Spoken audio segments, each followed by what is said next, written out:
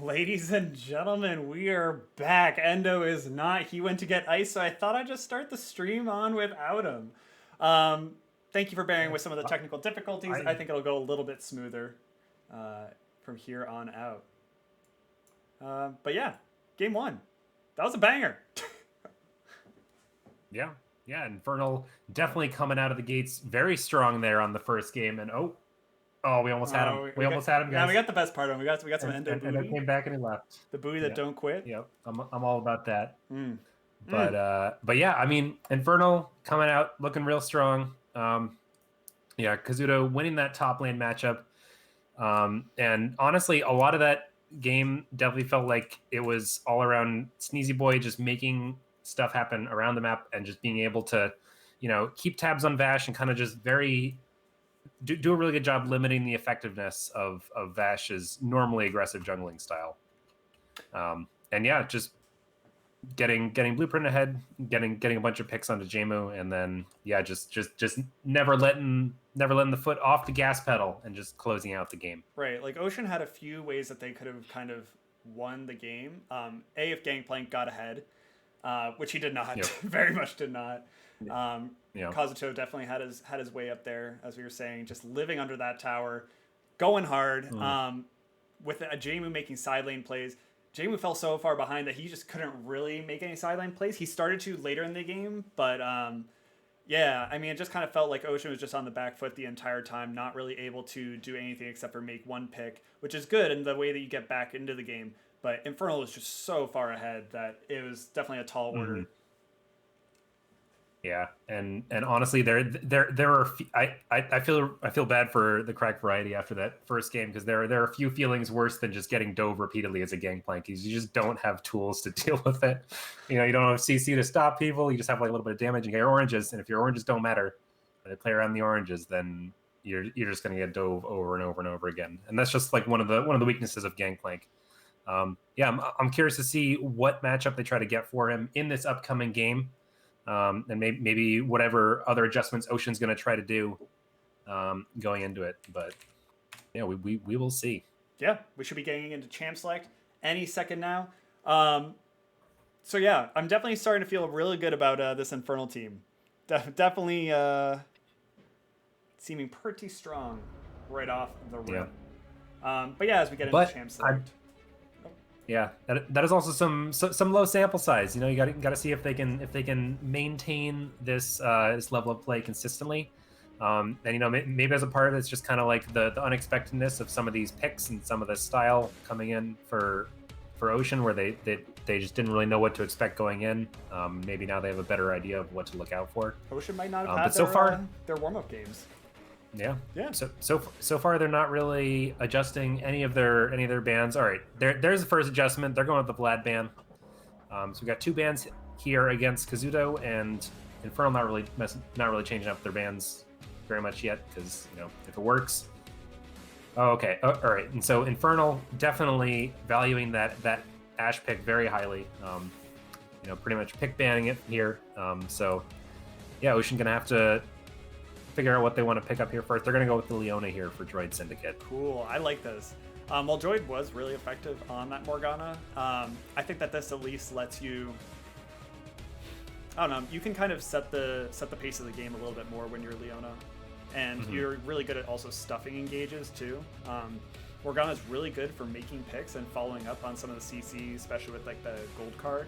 But Leona is just a playmaker in and of herself. Yeah, and Droid Syndicate was actually kind of being a playmaker on that Morgana as well in the last game, like getting those flash engages for picks and side lanes, especially that one he did onto Kazuto. So yeah, gonna be interesting to see where he goes when what he's able to do when he's actually got a real engager. Ooh, Sable's not in the game, so Vash gets to play some Kayn. Let's go! Hell yeah. Also, I'm so hyped because we got some Bard, some Kanavi Bard. That dude slays on that champ. Definitely not as good as me, but not everyone can be. So let's see how he stacks up. Yeah, Bard actually like very meta right now, which is pretty exciting because that is not a common thing for Bard. Usually his numbers are just low enough because he's got some pretty insane tools for supporting. but yeah, I mean, with him being as good as he is right now, I'm really excited to see what Kanawi's able to do. One of the things I really do like about Bard, especially into Jin, even though Jin was picked into him, it's so easy for you to be able to do your Bard ult just onto the Jin whenever Jin opens up. It's very easy to just kind of shut down that Jin ultimate. And also, as we all know, just shutting down Rift Herald so hard. It makes Rift Herald really just not even worth your time if you trust the ability of the Bard to kind of be there and kind of make the moves. Yep, absolutely. Yeah, and speaking of hitting things onto Jin while he's ulting, Ziggs also another champ that's very good for that. And honestly, the whole Ziggs Bard combo, they just work really well together. Because Bard's able to ult, and Ziggs can just lay down a minefield for when they get out of it. He can lay down an ult for when they get out of it. He can start bouncing a bomb that's going to get there when they get out of it. He can just set up all his damage to just immediately kill anybody in there. And also just works really well with like the Bard tunnels as well, because you can lay down a minefield at the exit of it. You know, you can. Yeah, there's just a lot of ways that they work really well together. Yeah, and I do like that Blueprint is just banning away the Lux if he can't play it and nobody can. But Caitlyn also being banned on the side of Ocean. So, Fat Soup Dude, thinking about the Jinx pick. Jinx definitely not seeing a ton right now, but hey, if you can rock it, good, go for it. If your team is just so far ahead, like, I mean, if Sneezy Boy can get Fat Super Dude and Kanabi ahead, then great. Jinx is going to do so well into this team. But you just have to be careful about the Kayn and Leona and Jin, because Jin can kind of set up this really nice and easy engage for either Leona or Kayn if he gets a root, or just there's a lot of good CC chains on Ocean right now, especially picking up the Ornn, the Rect League favorite, the Rect League champ himself. Yep. Yeah, Season 7 has officially started, boys. We got our first Ornn pick. The party don't start till Ornn walk in. Rect League is now in session. Sable isn't playing because I think he was on vacation, and I don't know if he knew if he was going to be back in time or if he was going to. But he was also definitely not going to be practicing. So we got Jamu on the Azir too. Let's go, Bjergsen's back, baby. Yeah. This is a pick that he's been practicing a lot this offseason. I don't know when he's doing it. I've never seen him play. Yeah, he definitely had a phase where when he first switched over to mid lane, where he was playing just a ton of Azir, just trying to make it work. No, and we got the Fiora here for Kazuto. All right. I mean, I'm less scared of this. I am less scared. Yep. Sure. As an Ornn who builds Bramblevest first item, there's hope. There's you can get out of that lane. Yeah, and also Fiora just not as strong a team fighter as someone like the Vladimir. Like, you're going to be a menace in those side lanes, and I'm always interested in the Rect League and Rect League Fioras and whether or not they decide to split push or team fight. I think the instinct of Rect League is always just team fight, when in reality, as Fiora, stick to that side lane. You're there to draw pressure, do the 1v1, do the 1v2. Yeah, I mean, we'll see how Kazuto plays this out, but based off his Vlad game, I'm definitely expecting some terrifying things.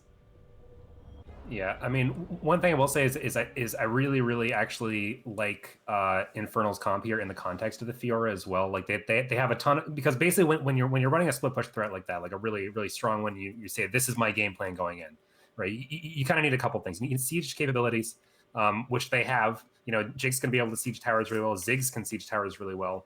And you need really strong disengage tools. So you got Poppy able to ult out large chunks of the enemy team. You got Ziggs able to lay down a minefield. And you got Jinx with the chompers. You got Bard able to ult people and then get everybody out with a tunnel. They just got a ton of really good tools for this Fiora pick, and yeah, it just really makes a lot of sense in their comp. That being said, when you do have a split push threat, having like good engage that you can force in that 4v41 or a 1-3-1 on the side of Ocean to kind of force the fight and force the issue, they have so many tools for that. They can either do the Shurima shuffle, the Ornn horn, throw down the Leona ult, set it up with the Jhin ultimate. Like, I mean, there are so many good tools there for Ocean to kind of utilize and call people out when people are split pushing. Yeah. They definitely have. They did a good job picking up some really strong engage tools, which is basically like how you counter that kind of strategy. So yeah, it'll be probably not quite as many as I'd like, although depends on how well James was able to use the Azir to force some engages. But yeah, I mean they got the tools to deal with it, but I think that Infernal's comp looks really cohesive, and I'm a little scared of it going into this game. So. And Endo, I owe you this. That top lane inhibitor never went down, so Cheers, buddy. now it is actually season 7 of the Rect League. Cheers, Got our first buddy. shot bet. Wow, hey. Ooh, that was very licoricey. That hit you. Oh, here we go. I need lunch. Somebody order me some food. Yeah, I also forgot to eat lunch today. Oh no. Just put your address in chat and so no Grubhub you. Yeah. Sure. Oh man. Yeah. So that being said, let's take a quick look at the poll. We have Infernal versus Ocean. It's looking like it's a 50-50 split. I mean, improving Infernal's odds. Infernal was what? It was 70-30 before. Infernal definitely evening those odds out, but it seems like I guess this is for game 2. I'll change that at some point. But it's game 2. For game 2, we're seeing some. Yeah, it's looking like it's still Ocean. Oh, Infernal. Damn. Wow, the back and forth. Oh my god. No loyalty amongst thieves. Yeah. You've got your hardcore Ocean fans that are sticking to their guns and they're saying Infernal, or they're saying that Ocean, it was just a bad showing, that they're gonna bring it back this game. Yeah, they're not bandwagoners. Maybe underestimating them, Yeah. And then you got all the bandwagoners like myself who were like, hell yeah, Infernal, let's go. Yep, I'm definitely a good bandwagoner myself. I'm thinking Infernal's going to look real strong this game. But I have faith in the Ocean comp. I think this is definitely going to be a long, drawn-out game, just like we like in the Rect League. The timer is over. People are loading into the game right now. What is the spiciest matchup here on the Rift for us to watch? I would say bot lane. Bot lane's probably firing on all cylinders, right? There's so much engaged on both sides. You get a good stun with chompers, or Leo goes in. I'm hoping to see some excitement down there. Yeah, I've definitely got my eyes on this mid lane matchup. I think Jemu with the TF pick obviously wasn't really able to accomplish a whole lot. Got ganked a lot, but yeah, I mean, I've been excited to watch this Azir for a lot of the off season, and I'm really excited to see what he's able to do against Blueprint on this Ziggs pick. But yeah, I mean, honestly, like Blueprint so far looking a lot like Tucker out there. Similar picks, and just kind of being really effective and oppressive on those picks. Yeah, and Ziggs does actually play very well into Azir. I think you do end up kind of like outranging Azir. Granted, like if you do get Shrima shuffled, that sucks. But just in terms of being like a kind of a long range artillery mage similar to like a Zera, you do match up reasonably well. But yeah, I think it's really up to Vash and Jemu to kind of make the most of Ziggs' a lot of the lack of mobility on this team and try and find some plays. And hope that Crack Variety can pucker up and just hang in there while he receives the second round of the Kazuto special. Yeah, I'm definitely interested to see how effective this Kane's going to be from Vash, though. It's definitely one of those champs that it feels like it's very feast or famine. If he starts falling behind, it's hard to really have a lot of an impact on the game. Definitely, it's going to be the red Kane though with the Conqueror. Cool, that's what we like to see. Blue Kane is for noobs. Heard it here first. I won't touch Kane. I played him once. Yeah. He's not Lee Sin. Yeah. For me to. Sorry, go ahead, Adoma. Oh no, I was just gonna say that it definitely feels like you have one game on him where you go like, 10-0, and you're like, this is the greatest champ ever. Like I got red Kane at like 8 minutes or something, and I'm just running across the map and can't die. And the next game you're just 0-6, getting counter jungled every time, and you just feel like an idiot. And for me at least, there hasn't been a whole lot of in between. It's not because you want to be aggressive so you can get the orbs and transform quickly, but you're very weak until you transform. So it's almost like counterintuitive. He's got great ganks, but like he'll show up and not do anything and just kind of like thank you for giving you orbs and run away. Yeah. I mean that is kind of like a nice consolation prize when your ganks don't net a kill, is that you can still at least get some orbs. Call Worth in chat. Yeah. Yep. Totally calculated for the orbs.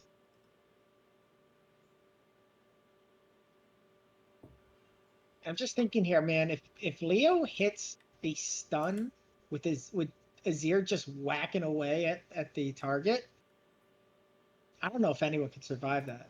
That's gonna be such a fun combo to see if they can get that off. Yeah, there's a lot of really fun combos and a lot of like cool, unique setups you can do on the side of Ocean to just kind of shut shit down. Yeah. But maybe they don't even need to shut shit down. Maybe shit never gets off the ground for Infernal. Maybe they just need to start shit up. The team looks like, besides what Poppy, everyone's playing a brand new champ this game. Poppy is the only returning champ, so we'll see how it plays out. New champs across the board. I like it. It's week 1. Nobody knows what they're good at yet. Yeah, try out a different team comp. Didn't work out. All right, maybe cross that one out for next week. But figure out what works for you as a team. That's what the Rec League's all about. Secret for success for Rec League: if you lose game 1, go change your shirt, your shoes, your pants, and then pick a new champ. Just change it all up. Or maybe don't wear shirts or shoes or pants. Yeah, that is an option. Works for you. Yep. Maybe try accent and comms. Just anything to. If you're Endo, that's not allowed. I think that is 100% banned. Somebody write that in the rules quick. An accent right now. Oh, actually, crack variety. Crack! Whoa! Oh. Tell you what, not bad into Fiora. No more Mr. Nice crack. That's big crack. All right, he's feeling big. That was Vash trying to make something happen here. Oh, great stun of that super dude. Let's go! Bot lane? Okay, completely different game. This is what we like to see. They changed their shoes and pants. You were right. Dude, they definitely changed something. We'll have to ask them afterwards. But so far, looking good. Sneezy Boy's still only level 2, just starting his blue buff now. Looking for a gank in the mid lane. Oh, Jamu gonna go jump to his shoulder. Oh, his shoulder? Flash in. Nice! There. Wow, Kane? Who's Zabel? Talk to me about Vash on Kane. I know. Honestly, at this point, pretty synonymous with the champion. Probably get this guy some art done. A nice Vash Stampede fan art. May write some fanfic. We'll all get it done. But yeah, Ocean looking like a different team. Absolutely. That's such a fast start compared to last game for Ocean here. We're going to see how Infernal plays from behind. Sneezy Boy is still greeting a little bit for this scuttle, but Jamu's here. Fat Super Dude's walking up to kind of give some backup. Oh, and Blueprint, he's like, remember me? We can respawn in this game. I'm back for some vengeance. Bash goes ahead and tries to transfer through the wall. Sneezy Boy flashes over the wall and finishes what he starts. Bart's going to go ahead and portal in, see if he can get any nice stuns. Sneezy Boy's a little low, but is able to walk on out. Meanwhile, on the top lane, Kazuto's smacking away crack variety, and there's just action all over the map. Yeah, it definitely felt in the beginning of that fight like Sneezy Boy was kind of dancing around that crab, but there was only one team had their bot lane there, and that was Infernal. And so if Sneezy Boy maybe committed to that a little sooner and realized that that they could have probably gotten a lot more there, but yeah, they were able to figure it out eventually. That they got everybody to rotate, and then it was a 4v2 when they were able to win that little scrap down there by the dragon. Yeah, I agree. When I was watching that fight, I was like, Sneezy Boy, you're way out of position. What are you doing? But they were on comps together. They knew exactly what they were planning. Vash is very poised to be a scary boy this game because it was just really flexing. There. Oh man, Crack, you're a little late to the party, dude. You got to back up your jungler. She has Conqueror proc right now too, so she may be able to hit some vitals to keep it going. We'll see if Crack goes ahead and collapses on her. Does not, and all he gets for that is just missing some minions in his wave. Vash saying, thanks, bud. Thanks, bud. Thanks for showing up. Yep. Nice for you to come. Yep. Vash did get some orbs out of the deal, though, so not a total loss. Worked his way towards that red king. The Zero Burning teleport into the mid lane. Gonna show up there. Teleport gonna be down for the next fight. But yeah, he's having a better time. He hasn't been ganked by Sneezy Boy yet. Yep, Vash is looking for a gank in the top lane, but there is a pink down there, so Kazuto spots him and is just trying to to tempt out some abilities. And Crack's going to go ahead and try and push this wave in. He is currently protected because there's so many minions on his side right now. And he hits and level 6 Sneezy first. Boy, Sneezy Boy in the bot lane. They're looking for this magical journey. Let's join There them. they go. Oh, nice stun. Oh, He's my gonna flash out God. by TL Phoenix. He's going to go ahead and try and With stun it. teleport coming But in. there's going to be a TP in by Crack. He's going to order. This ain't over. We're going to see now Blueprint if he's going to be able to save him. Oh, double kill onto Phoenix. And now the Shurima shuffle. Bard, you're staying right there. Don't go anywhere, buddy. And we have a huge plan. They're going to transition to the triple kill for Phoenix. The man is alive and well with this Jhin pick. You'll love to see it. Wow. And that 6-1. That was a fantastic turnaround there by Ocean Drake. It looks really bad at the beginning of that. You know, they had set up the magical journey, got the stun onto two of them right off the bat, and laid down the chompers. But yeah, the teleport there from Crack Variety able to just completely turn that fight around. And then, you know, Jmu working his way down with the quick reaction there, good communication to basically just shut off any hope of them getting out, and they're able to convert that one into a dragon as well. Can we talk about the foresight of Phoenix to put a trap right where a Bard would tunnel through? I think that's where a lot of the damage came as well. They got slowed in there, and the trap explosion actually does do a lot of damage. And they killed, I believe, Poppy before the teleport even came in. They won that 2v3. Yeah, I mean, it just felt like, Droid Syndicate was the one that got caught up on the Jinx chompers, right? And with Droid Syndicate, must have had Aftershock procced at that point. Had her W going, so it was just so tanky. They weren't able to burn her down in time. Was just to let Phoenix kind of free fire from the back line. They weren't able to kill Leona, and then the rest of the boys just showed up. Yeah. Completely different game, fam. But it was such a good engage. Yeah. That was like was like a legendary engage for sure.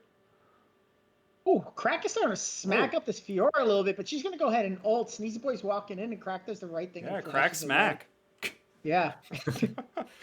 Oh, that's going to be a meme.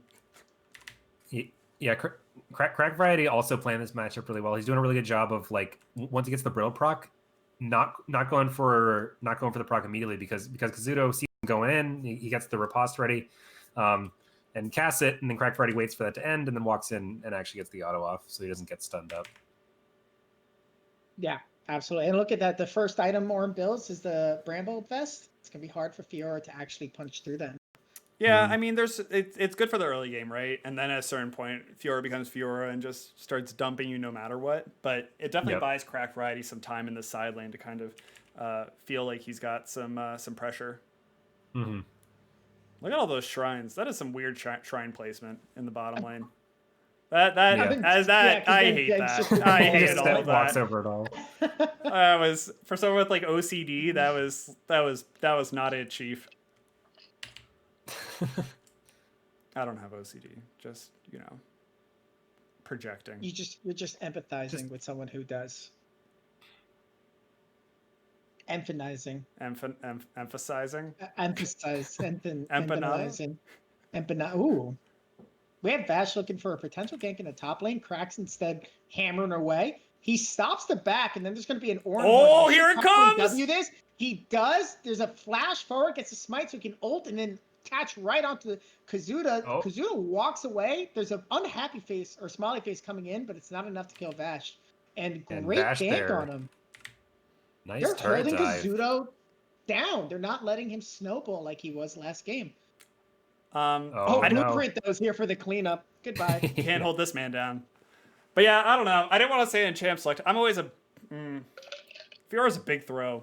And we're actually big throw. Yeah, I would agree with that. It's not the place for it. I feel like Jamu's in a tough spot right now though. He gets stunned up by the wall. He got him. They got him. Hey. That's the point where you drop the keyboard, drop your mouse, and be like, all right, you got me. Jeez, relax, man. We're in the teleport, got the support up. They're gonna go ahead and use that little that kill to try and secure Herald in the top lane here. Try and get some plates, let Fiora get some moolah.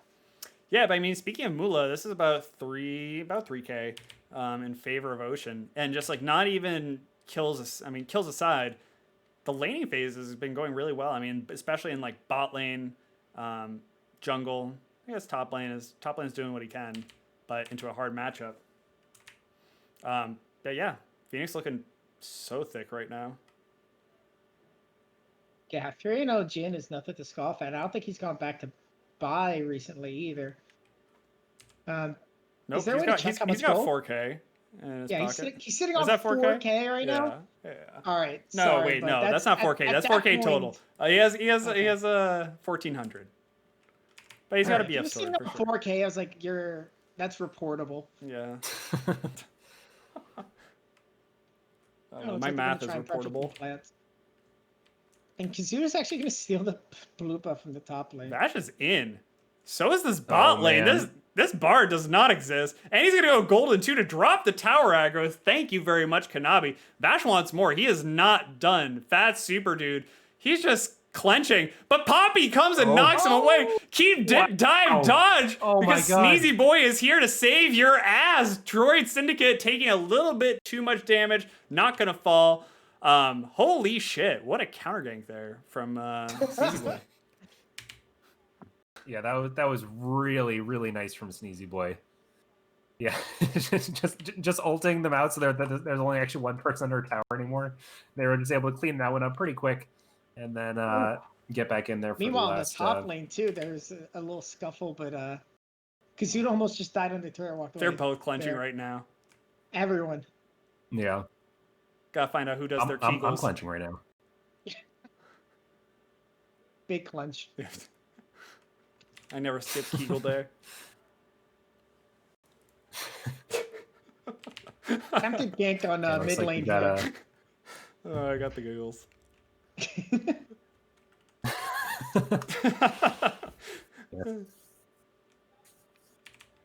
Yeah, so looks like we got some eyes in this dragon here from both teams, though.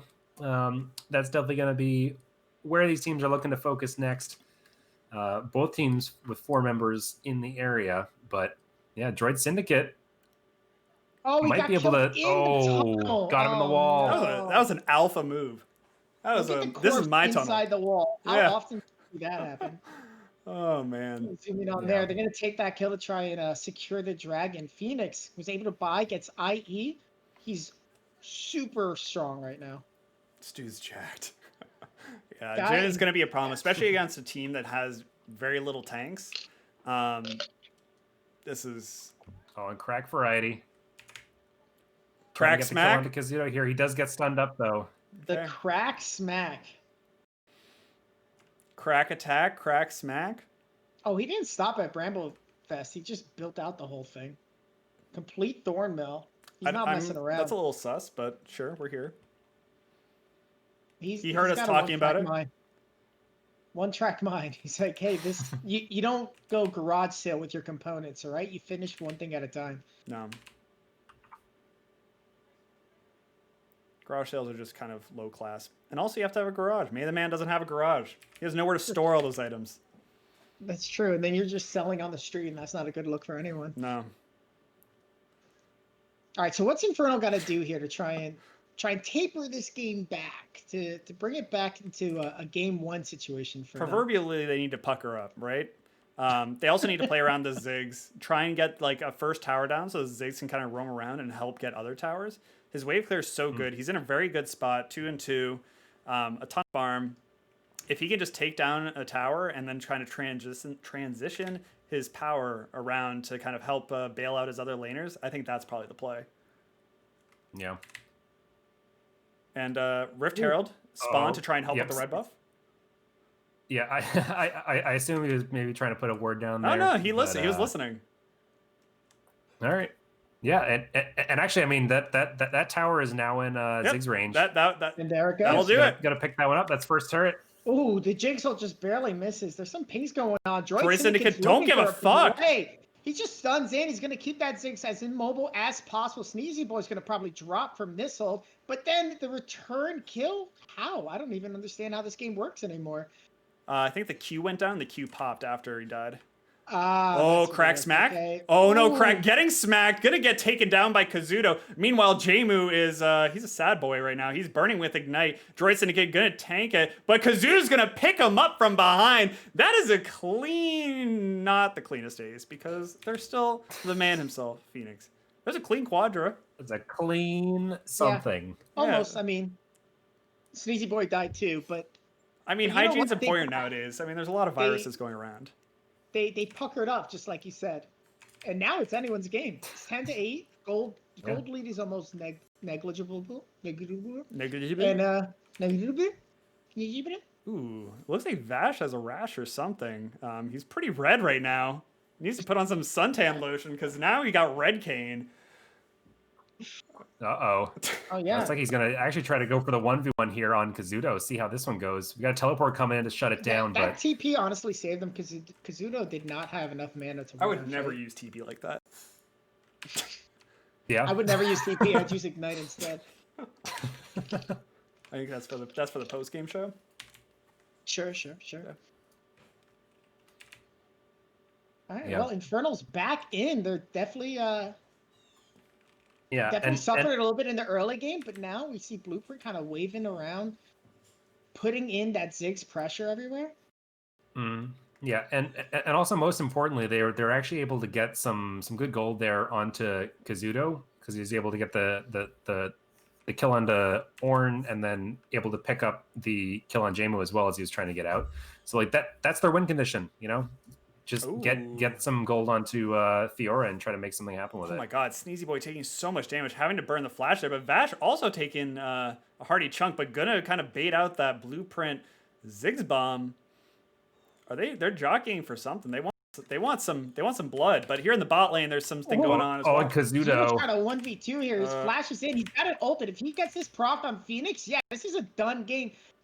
This is gonna be Kazuto just running down Droid Syndicate. Phoenix, auto the man. Help your boy out. He supports you. Support him right back. And Jinx finishes Oh! the map. From downtown. Cracks here. He's trying to do what he can, but this redemption coming in, this coordination from Infernal is goddamn insane. Teleport coming in from the side of Ocean. Bartle just buying time. Azir getting bounced out. What is this fight? Holy cow, Fatsu picking up another one. Jmu trying to get the hell out of here. Oh my god, are we watching LCS? This is...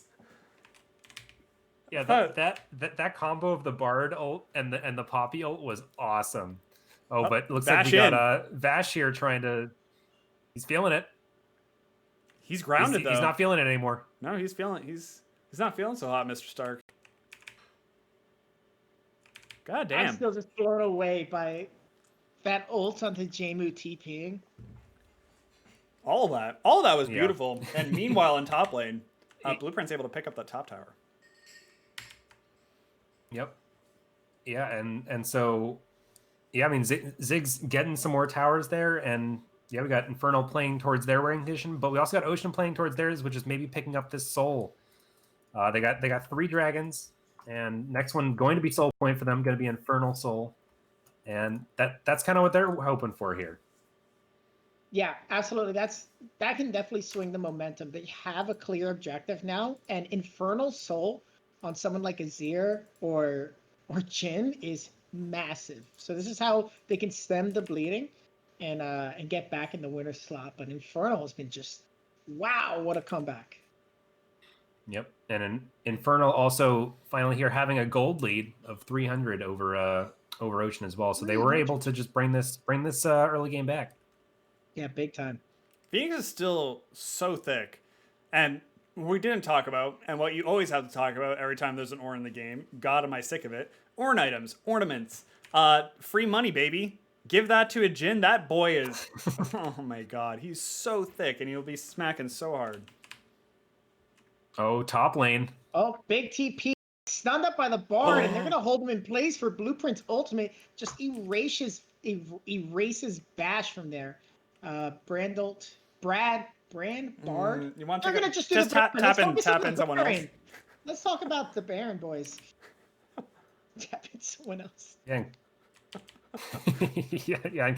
Kazuto Wolves is way up here, and now he's just gonna say, okay, we got 5 here now. Orin's still stuck in the bot lane, does not have his teleport up, so if Ocean tries to do anything here, this is gonna be a 5v3, and that's a dangerous proposition. Curtain Gonna maybe call. go some Gentle, see if that can do, but I don't know about that one, JMO. Jamie's trying to do, or Phoenix is trying to do what he can from range, but it's not enough. Current call, great, but Yeah. Gen Auto's irreplaceable, priceless. Mm-hmm. Shout outs to the MasterCard sponsor. And we now, get something. now with Infernal picking up this Baron buff, that is going to make their split push that much scarier. Going to be very easy for them to siege these towers with the Baron buff as well. Just going to stick Kazuto in this bot lane. Everybody else go mid, and you should be able to take some towers pretty handily here. Get a pretty nice Baron power play.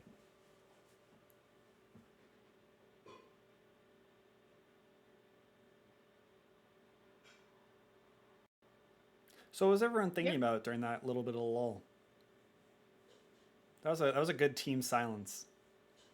I was thinking, if there's so many ads for Raid Shadow Legends, maybe I should just pick up the game.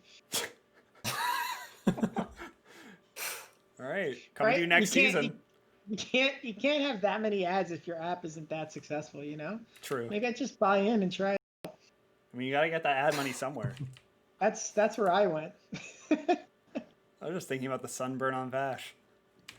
It's looking bad. This guy needs some lotion, some ointment, if you will. Yeah, he's trying to build I his was thinking death I'm dance, kind which of hungry. I don't mind with I think it's a great item, Death Dance, but maybe not second because he's still a little thin. He's not a thick boy. 3 dragons, 3 of them. They belong to Ocean right now. It's gonna be an Infernal Soul. That's one of the best souls. What are your thoughts on that, guys? Yeah. My thoughts are, I don't know if they're gonna get to it though, because with the Baron pressure, how do you get to the pit if you're inside your own fountain? Yeah, I'm definitely liking this this 1-3-1 pressure that Infernal's putting up here with the Baron buffs, but they haven't been able to take any towers yet. Whoa, actually, Kazuna's doing a really good pretty job low in of, the bot, and then Crack's gonna go ahead and do the Orin Horn, but nice. Oh no! That was so sick! He did it! Oh. 650 gold. Wow. Holy shit! Man, Kazuto played that fight so well, but so well. Cracked Variety just saying, this is the Rec League, and you better play some Ornn, my man. Oh, he misses the ult. What is that? Both ult, the Poppy ult and the Bard ult. He just shorted it. It hit it. I think Jin's big toe is frozen right now, and there's a fight in the top lane. Blueprint's getting really low. Oh, is Vash just going to hand it over to Jay? Jay, Merry Christmas. You can go ahead and get that item. And now the Azir may finally become a champion with that gold. He's going to try and finish Morellicon now. We're not 100% sure on that. Dragon's up, and we have 2 people down. Well, now just 1. But having Ziggs down during a dragon fight is huge because he can't just ult the pit and destroy everyone. They're going to go ahead and set it up, and they start the dragon ASAP. We have Kazuto running down mid lane. This is huge if they can secure this. Yeah, this is going to be amazing for Ocean. This whole exchange has been really good, and they are able to pick it up, and that is huge for Ocean. You know, like the fact that Infernal, with this split push comp, and the Baron buff, wasn't able to get any towers. Vash making such a good pick onto Fat Super Dude. Damn, just able to go over that wall. No respect, no vision there on Vash. With that Infernal Soul, does quite the chunk of damage. Absolutely. They're melting the tier 1 turrets. They're pressuring here, but is someone going to be able to answer the Furor? Yes. Crack Variety said, I did it once. I can do it again. You boys go ahead and take that mid lane. Oh, Vash is getting a little caught out. He's going to jump over and just do some dragon camps. In the meantime, Sneezy Boy is able to stop droids engage with his W. That's when it makes sense. Oh, big Q damage from the grenade. Love that. And the Infernal proc. Sneezy Boy's down to half health. Oh, damn. Yeah, I mean, like, gold is, still pretty close, but the things you do have to keep in mind. And Kazuto might be caught out here. What would be your first inkling? No. And I love the flash on Droid saying, I don't even need this to kill you, Kazuto. But I'm going to use I'm it going to anyways. waste it right here. I'm going to waste it right here on your dead corpse. I need to step on that face. Actually, bad form, Droid. That's very disrespectful. Don't do that again. We don't abide by toxicity here in the Rec League. We'll be issuing a warning soon. Check your Hotmail. Open your Netscape browser. And that flash brought to you by Raid Shadow Legends. We're gonna finally get all the tier 1 turrets down. It looks like Blueprint should be able to just shut this down. Look at that 6 damage. And the minions are gonna take care of the top lane turret for Ocean. Infernal clears out bot lane. Tier 1 turrets are down, boys. We are in the mid to late game. It's official. And Phoenix just explodes. Yeah, and just gives Droid Syndicate the dash out. He got what he wanted. Got Kanabi. Caught him up. Bard being caught out a fair amount by this Leona. It's a hard matchup. I really dislike it as a Bard player. But yeah, I mean, Ocean is just in the driver's seat right now. Jin with Infernal Soul. Let's see. Let's do a quick check. He has 469 AD. Hey. That's what you do like to see. For Infernal, how do you get back into this? Fiora just needs to keep on getting bigger, right? What else? Well, I mean, you do have a Jinx on your team, right? So there is time is still on your side, right? Yeah. Yeah, I'm like they definitely do scale pretty well, but they basically just need to get to the point where Kazuto actually starts like winning this 1v1 consistently, because like they're still kind of going even at this point, and yeah, they're definitely nearing the point where they just need Kazuto to be able to actually like create a lot of pressure by either killing the crack variety or forcing him to like go back, run away, and actually be able to pressure that way. Because right now crack variety is just completely absorbing whatever pressure Kazuto is creating.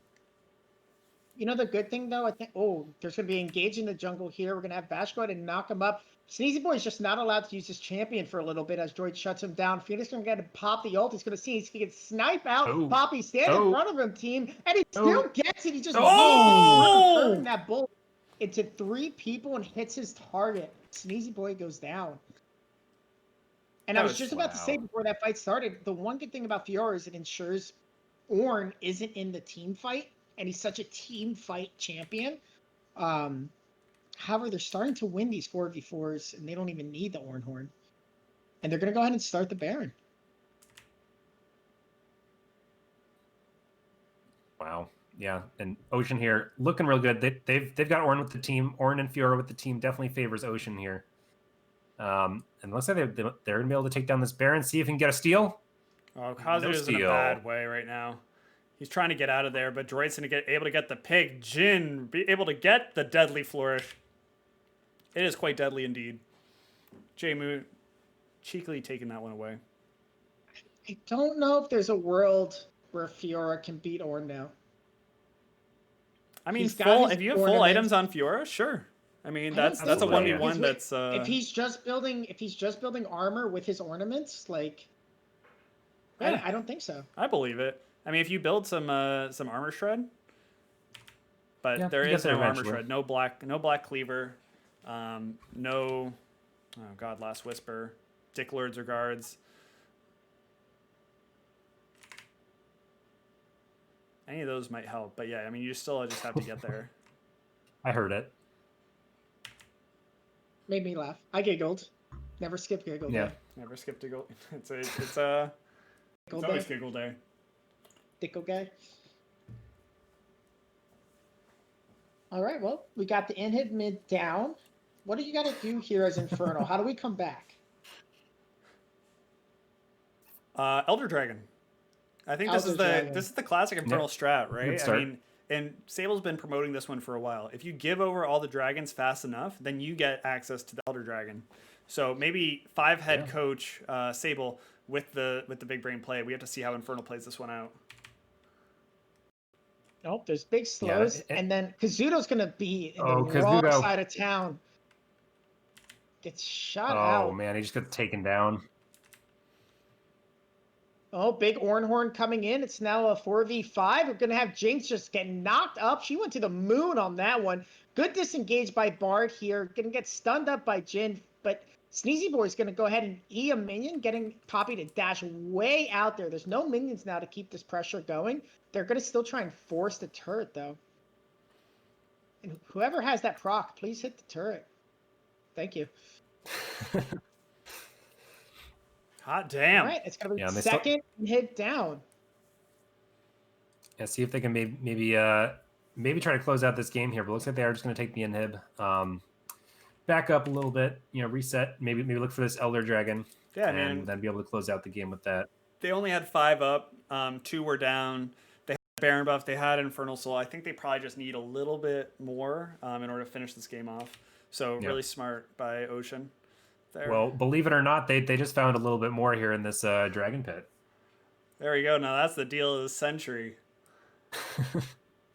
This thing looking like a paper dragon. A very old paper dragon. Jin, 595 AD. That's enough to kill any of those squishies. Oh yeah. Yeah, and then so notably Ocean's Baron buff just wore off as they went back, so they're not going to have that up. But so there is actually a world where it gets a little tough with the Ziggs wave clear, because they're not going to be able to just push through with Baron buff. So they might have to play this one a little smart. But I have a lot of faith in the Ocean boys to be able to close this one out. I'm not convinced that Ocean even needs minions to finish this game. Yeah, I think that this Ornn is thick. The carries are fed. Leona, also thick. The squishies on Infernal, squishy. Yep. I just don't know if it matters too much, if they really want to put their mind to it. But maybe their mind isn't there. Yeah, so and Kazuto was splitting in the bot lane, but he's going to try to go back to get with the team. Good stuns. Hey, there we go. We trade 1 for 1. Yeah, when you're this far down behind, that's actually a big win.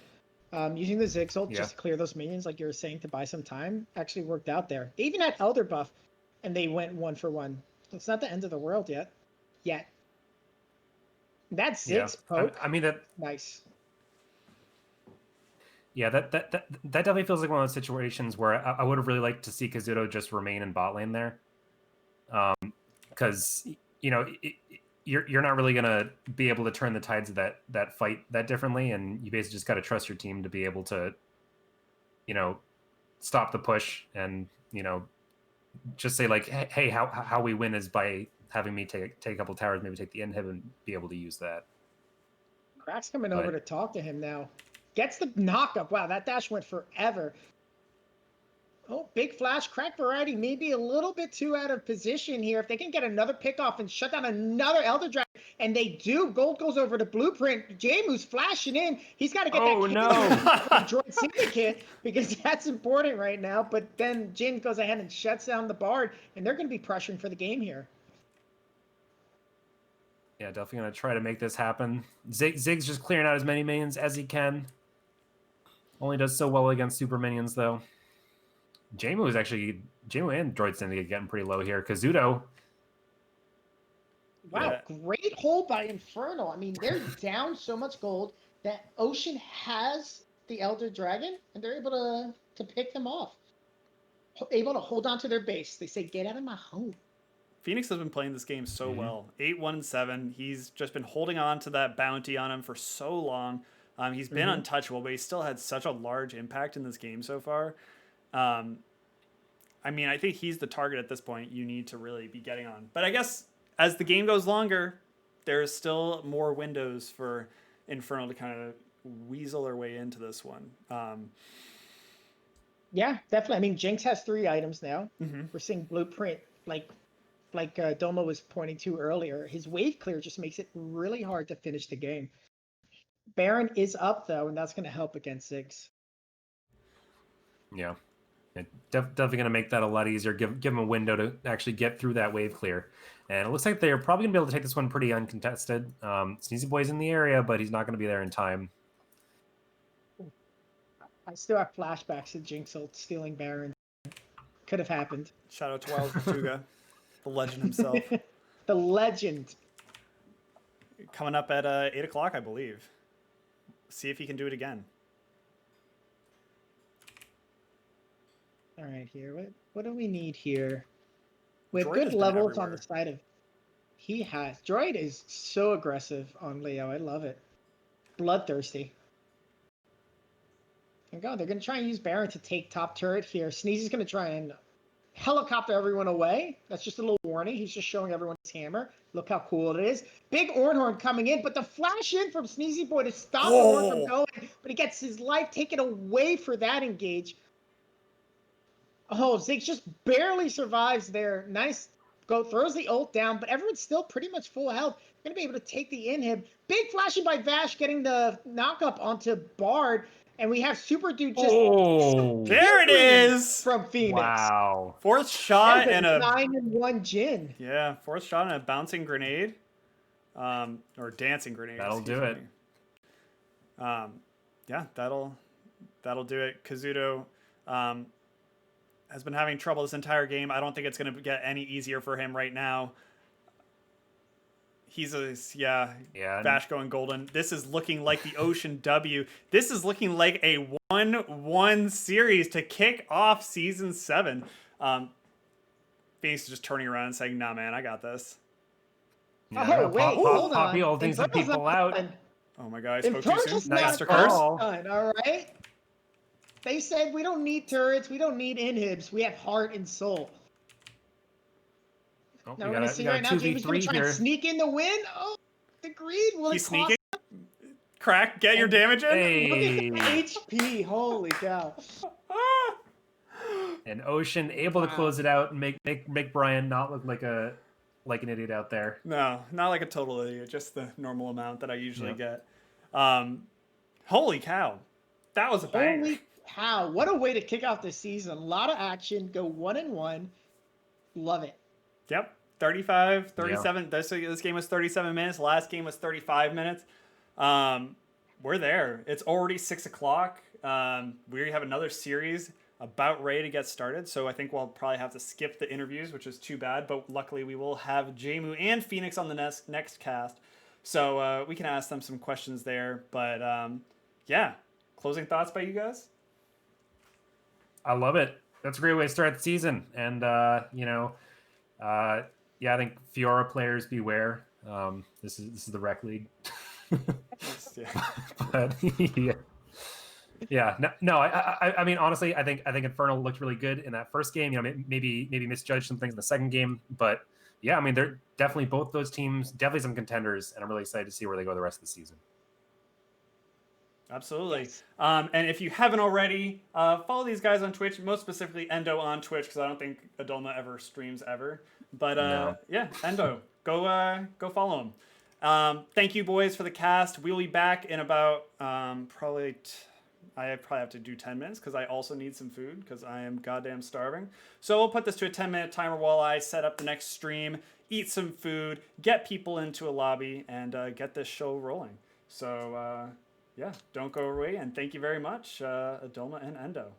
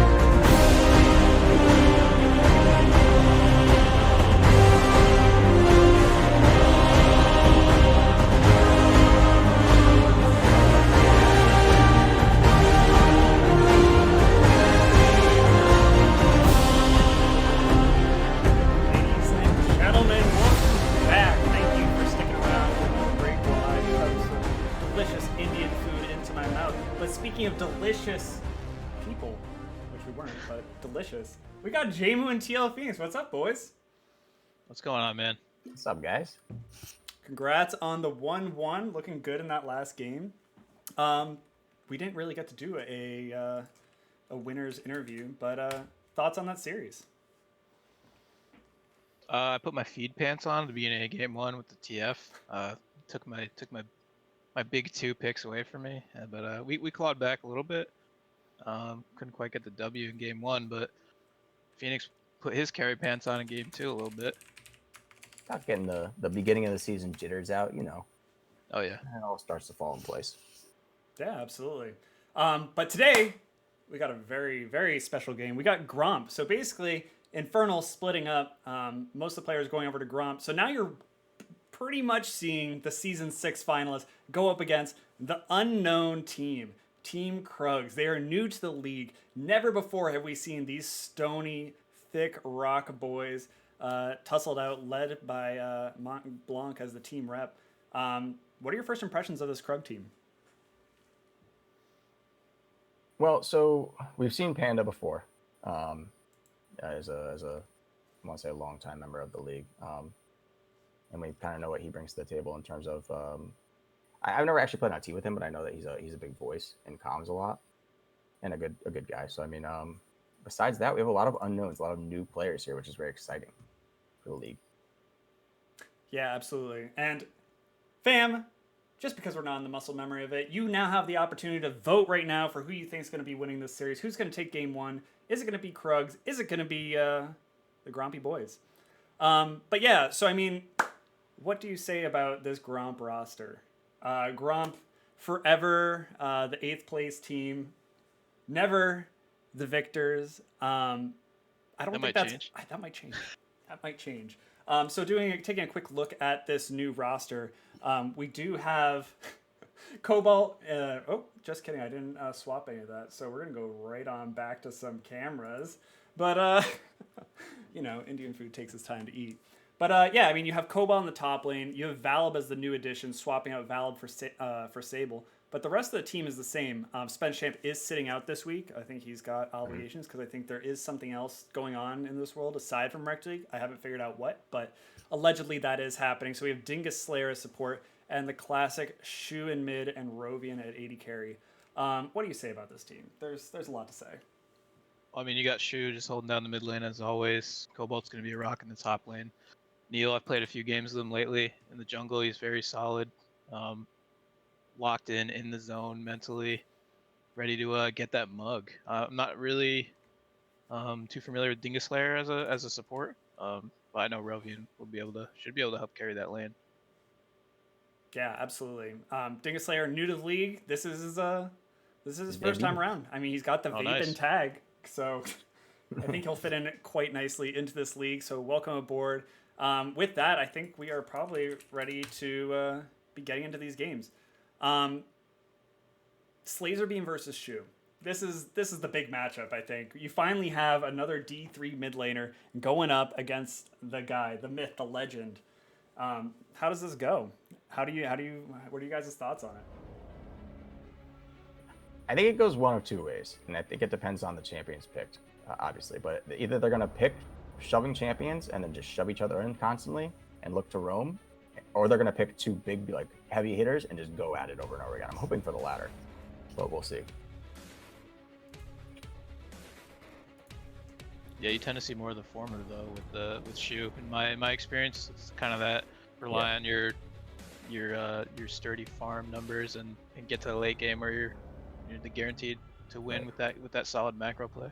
Especially, the rotations are a big part of Shu's game. As former teammates of Shu ourselves, we know that the rotations are a big part of why this team is so good, or was in the past.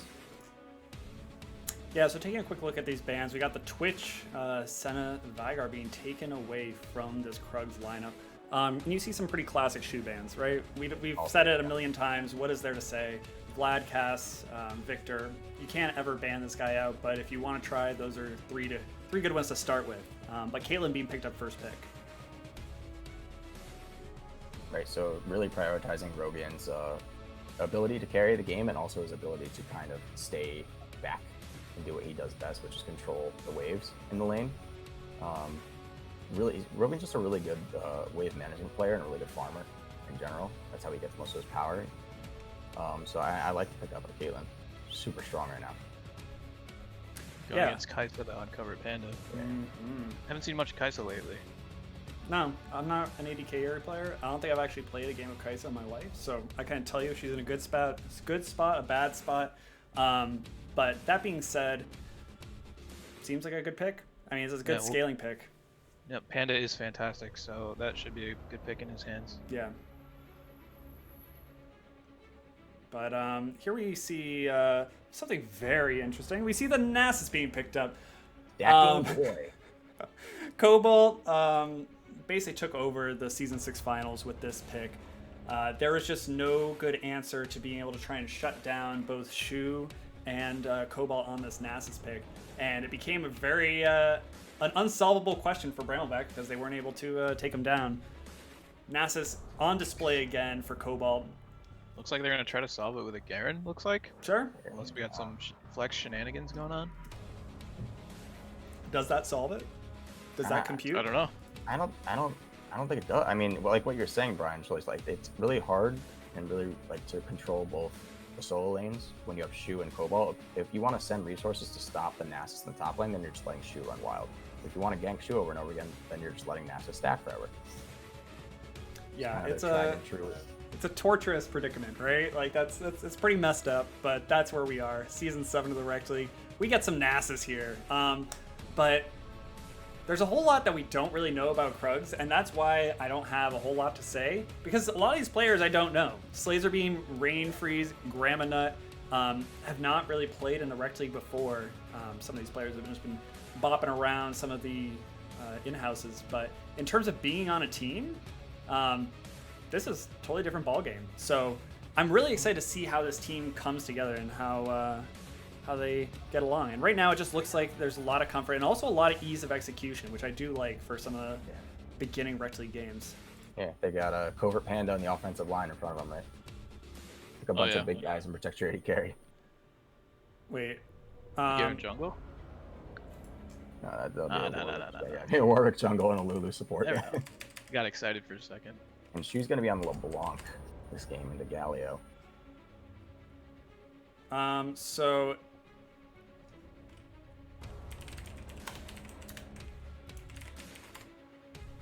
At least they haven't swapped yet, but that's what I would think is going to happen. Alright, and there it is. Okay. So right now, there's a little bit of debate. It seems like Silas is supposed to be picked up instead of LeBlanc. Dingus Slayer does not have all the champions. The way that tournament codes work, they do not get all access to all of the champions. That is just not the way it works. So what do we do? Do we remake this lobby real quick, or do we play this out? I would wager on the side of playing it out, but play it out and have Shu gift Dingus Slayer Silas after this game. Yeah, I think we've been in this situation before, so I think in that case we have made players play it out, because that is definitely not a new feature. This is something that has been in Rect League since its inception. So while it is unfortunate, we got a LeBlanc matchup. Yeah, big hype. Something to go over maybe a little bit before your game. These are the champs I play. You guys. It's that week 1 jitters. Yeah, week 1 jitters. Yeah, this is the kind of thing you need to solve. So to all you aspiring Rect League players, make sure that all your players have the right champions before you go into Champ Select. It makes drafting a lot easier, so you don't end up with some weird stuff. Especially in a league where we pick the way like a tournament draft would go, where the support is always picking last.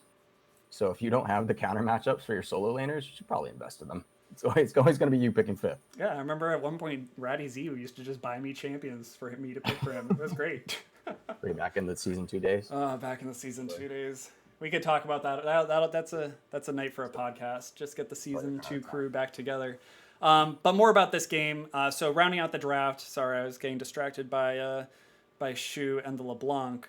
So we have Lulu for Mont Blanc and Vi for Valib, and then we got LeBlanc. So thoughts about these team comps now that they've kind of been rounded out? Not a lot of damage sources on the Krug side there. It's kind of a eggs all in one basket there. Mm-hmm. Unless Garen can get ahead, which is possible.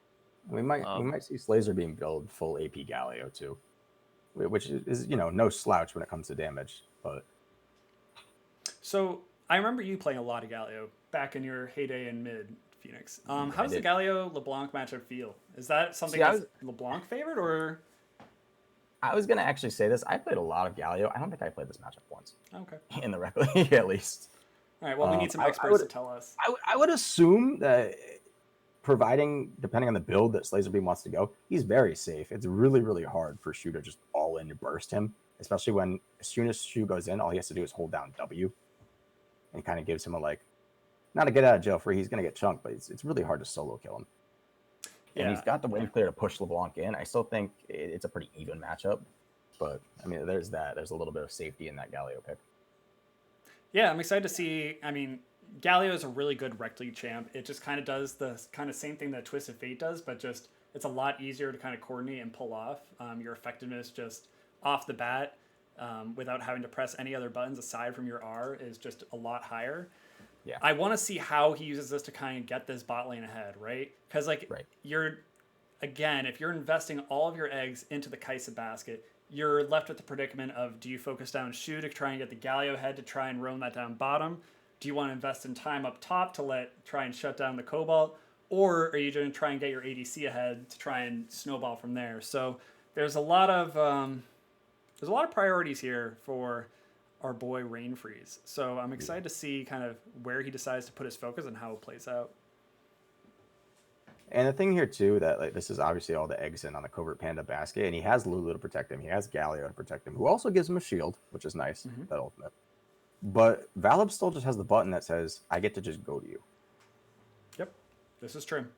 I mean, there is a point though. If Mont Blanc is playing this Lulu well, if Vi gets in there and gets polymorphed, you don't want to be in there anymore. Yeah, that might be a one-way ticket you don't want to take. Yes, we see how Krugs in their communication and how they focus targets down is actually very important here, because you're going to have a lot of chaos going on, I would assume, in these 5v5s. And if you can just burst down that one person first, you're going to have a huge advantage going forward. Absolutely. Man, that Slazer Beam skin is sick. It's like a rainbow Galio. I bought that one after I stopped being a mid laner in the Rec League. I'm kind of a little disappointed in that one. Never got to play it. I mean, Galio ADC could be a thing, because that is some fire stuff right there. But that is the start of game one. Krugs versus Raptors, the returning champions with a new name, new face. How are they going to do? Let's see how their offseason practice was and how these Krugs stack up. Yeah, nice. What do you guys got with this? What do you think right now? Gromp. But close. Gromp, but close. 1-1 series, though. I'm going to go Krugs. You like that comp? So what are you, why are you going Krugs? Or are you just saying? Panda is fantastic. Okay. I played with Panda and Mont Blanc in Valorant, and they're just, the synergy is just unmatchable. And I know they're bringing that to the rest of the team. Yeah, I mean, Covert Panda is pretty much playing Valorant, being AD carry, so definitely a lot of crossover here. But standard buff starts here, blue, red, bot side jungles, and then they're gonna go at it. Yeah, nothing crazy here. I'm not surprised that neither team wants to really get to scuffle at level 1, especially in game 1 the entire season. The jitters is kind of a joke, kind of a meme, but it is kind of real. Yeah. You don't really want to you don't want to have your level 1 go wrong the very first game and then just be behind from the start. You gotta have serious mental to come back from that. Absolutely. So where do you expect to see first blood in this on the map here? Is it brought on by junglers or is it brought on by laners? Because I mean, this is definitely a very laner dominant series. Valib, good jungler, but I mean, all these laners are really strong. I want to see how they stack up. Gramonut getting a nice push. Yeah, it'll be in a solo lane. These guys in the bot lane are gonna they might trade some damage, but it's probably gonna be a farm fest, especially when you have Morgana and Lulu. The job there is to keep you safe. Absolutely. Rain Freeze getting his nice trip camp start, and now he's looking for some action. He might find out. Do you see that Slazer Beam opted to go with the Got a gank mid. What we do? A little bit of a tankier Galio. Rain Freeze getting tickled on the way out, leaving Valib a chance to kind of hang out in this top lane, try and get a good opportunity onto Gramonut. It's caught way out here. Valib coming in.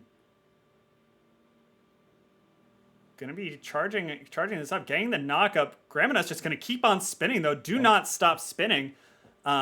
He's not gonna. I mean, he's gonna have to burn flash there. But here comes Slazer Beam. What a good roam! That was a TP. That was a TP behind during the gank. Okay, proactive. I like it. Yeah. You're gonna kind of feel that one a little bit later. Yeah. He's got Rain Freeze there on the rotation though right away to cover that mid wave though. So I mean, it's not like there's really no CS loss. It might not go to the right person, but it's just funneling resources. It's resource allocation. Yep, a flash burn there by Valib on the gank, and Gramonut with a nice early flash to actually escape that. It was a pretty good plan. Mm-hmm. Ooh. Flash and spin. And right now, Covert Panda having a time here in this bot lane, just getting chunked out underneath this tower. But he's chilling, farming with the best of them. Nice communication there in the bot lane, just a subtle thing. When you see the Morgana going for a bind and the Caitlyn instantly steps up to place the trap. just trusting it's going to hit. Not to interrupt you, but Rain Freeze up here in the top lane. Wither going on to him. He and Cobalt duking it out. Cobalt is low on mana. He's going to chunk him down a little bit and probably force the back out of Cobalt. Force him back. That buys Grandma Nut some breathing room. Every time that Cobalt isn't stacking, the better. Is a win. Yeah, it is a small we win. take those.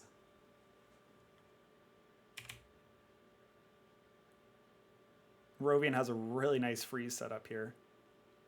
He's just going to play this super patiently. Shu is just looking pretty good. Yeah, Shu's doing the abusing. Slazer got the jitters there. Like I was saying, you want to save that W to absorb as much damage as possible. He does it early, so the chain pops with the electrocute proc after the W falls down. It's just those I think he's trying to catch like him. He's trying to catch him. He's trying to catch him there. Hard to do though. You ain't gonna catch you under the tower. Ooh, but Valab is hovering here. I don't know if he's either trying to cover like a counter gank or just kind of act as like an extra ward. There you go. He's not going to find a whole lot, but Laser Beam's downloading Shu a little bit. He's able to get the taunt Q off. Like I was saying, he's got the green tree, so he's got a little extra, tankiness from the start. But it'll be interesting to see what he builds. But he's farming fine in this matchup. Oh baby, that's very satisfying watching all those caster minions die.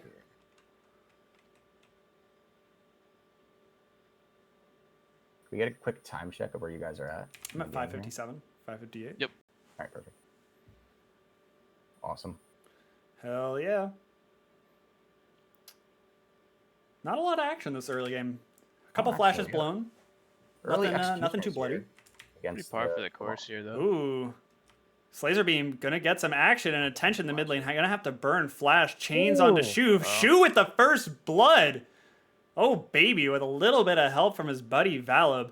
And with that, you say, thank you, Mr. Valab. Thank you, Mr. Valab. Shu knew exactly the damage he needed to because he didn't even burn Ignite. And he had all the opportunities to. Shu wants one thing, and it's disgusting. And it's gold. He gets it every time. That swings it very heavily in his favor because without TP, if Slazer burned at top, he's going to miss a lot of this wave here in mid. Absolutely. And I think Neil is going to go... Valab. Mr. Neil Valab is going to clear this crab. Going to do a little bit of vision control here. But, yeah, I think Rainfreeze is just going to pick that ward right up. Yeah, Krug's posturing around this dragon. They're clearing the vision here, and it looks like they might just start it up here. Yeah, maybe they're just assuming that Valab just went and backed. Oh, they're not going to. Yeah, so that was actually a decent time because they saw Rovian back and Shu was still coming back to lane. They do claim the vision for themselves. Yeah, this mid lane is shoved in. Slater Beam looking for the roam. We'll have to see if Grandma Nut can kind of bait this one out if Cobalt sniffs it. He has no flash. He only has Ghost. Ooh, this is going to be a lot of damage onto Cobalt. Can he withstand? He cannot. Big nut for Grandma Nut. Rainfreeze getting tickled by a Shu. He's got to be careful, but I think the chains are going to hit a minion. Not what you like to see. I think that probably saved his life. I think, yeah, he dies to Ignite there. That chain lands. Looks like we got a little clash here, Dragon. Ooh, tell me more. We got a little bit of a pinch on the Bullock here. Valve's going to bail on it. The dance is on. Dance is on. Rovian is heading up right now, so they will open here. In a TP, they want this. Everyone's making their way downtown, walking fast. Well, I mean, Ocean's just a very, very good Drake to get early for their team as they already have a lot of health pools on their big guys. So that Ocean's going to go a long way in helping even their solo lanes who are also, tanks in essence to survive this laning phase. Yeah, giving Garen Ocean Dragon is just A, it's redundant, B, it's obnoxious. And Warwick as well. Yeah, absolutely. It looks like we got Ocean Dragon up next, so there's a possibility for Mountain Soul, which would be good for these beef boys. And then on the opposite side, you get Infernal Soul, and it's definitely what Krugs want to see. Shu is executing them, doing what he needs to do. He's getting a bit of a CS lead, but the amount of bullying he's able to get here is pretty good. But Slazer Beam's able to get these shoves off. He's getting some vision control so he can try and make plays to roam top. Hasn't really even tried to roam bottom yet. I guess just waiting for Covert Panda, who I guess feels okay in this lane, to just try and scale up a little bit beforehand. Yeah, it's also, I think it's much easier just for him to gank Cobalt though, as Cobalt doesn't really have the tools to protect himself. Like Dingus Slayer can just Morgana shield Rovian on a roam, and they both walk away. I mean, how many stacks does, if this Garen does get ahead, which he already is, or he bought the Executioner Calling, how many stacks does he need to not give a fuck? Cobalt? That's What's he the at now? question. Yeah, a lot. I mean, 93. You said 93. I don't think that's quite going to be enough. no, especially with 9 minutes in. That's not, I don't know what's ideal. I mean, pace, that's good. Yeah, I that's mean, it's just fast. like what That's good. point in the game does he just not care about how far ahead this Garen is? it'll take a while. 250 especially maybe. Garen 300. with Conqueror and Ocean Drake. Fair enough. And Slazer just being relentless with these roams. I want to see Graminot try to abuse Cobalt a little more. Just Yeah, really, he can like, chill you're on a bit of a timer here, so. I mean, especially with Phage Executioners. he's denying CS at least. Mm-hmm. I mean, I'd really like to see some either kind of like dive play. They've got a big wave here for Cobalt. If they can try and deny Cobalt this huge wave, wouldn't that be something? Yeah, I'm actually kind of surprised they didn't hover a little bit more, because with the Galio, Warwick, Garen, it's a pretty insane dive trio right there. Yeah, that's some really strong lockdown. But meanwhile, in bot lane, Rovian and Dingus Slayer are just shoving in nonstop, able to pick up 2 plates already.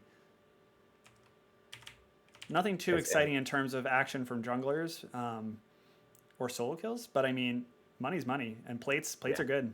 Rovian the bus boy. Yeah, one of the reasons that they pick up Caitlyn so early for him, they know that he can just do this. He can bully the lane, he can safely shoot from afar, CS well, and then take plates. Ooh, and Cobalt's got actually a pretty nice freeze here on this, but I think Graminot's going to try and break that freeze. Yeah. It's got a bit of a lull here. Yeah. Jamie, why don't you tell us about Teespring, the new addition to the Rect League? We had so much. Teespring? Yeah. Oh, absolutely. Everyone in the chat, why don't you scroll down a little bit while we're farming it out to 40 minutes in pure Gromp fashion, and go check out that Teespring Twitch panel underneath the stream here. We got a lot of cool retro Rect League logo shirts and other merch, like sweatshirts, long sleeve shirts, fanny packs, mugs. Fanny Not packs? the mug you're thinking he about. said but fanny coffee packs. mugs. Fanny packs, yes. Tons of other stuff. Face masks, which is very topical right now.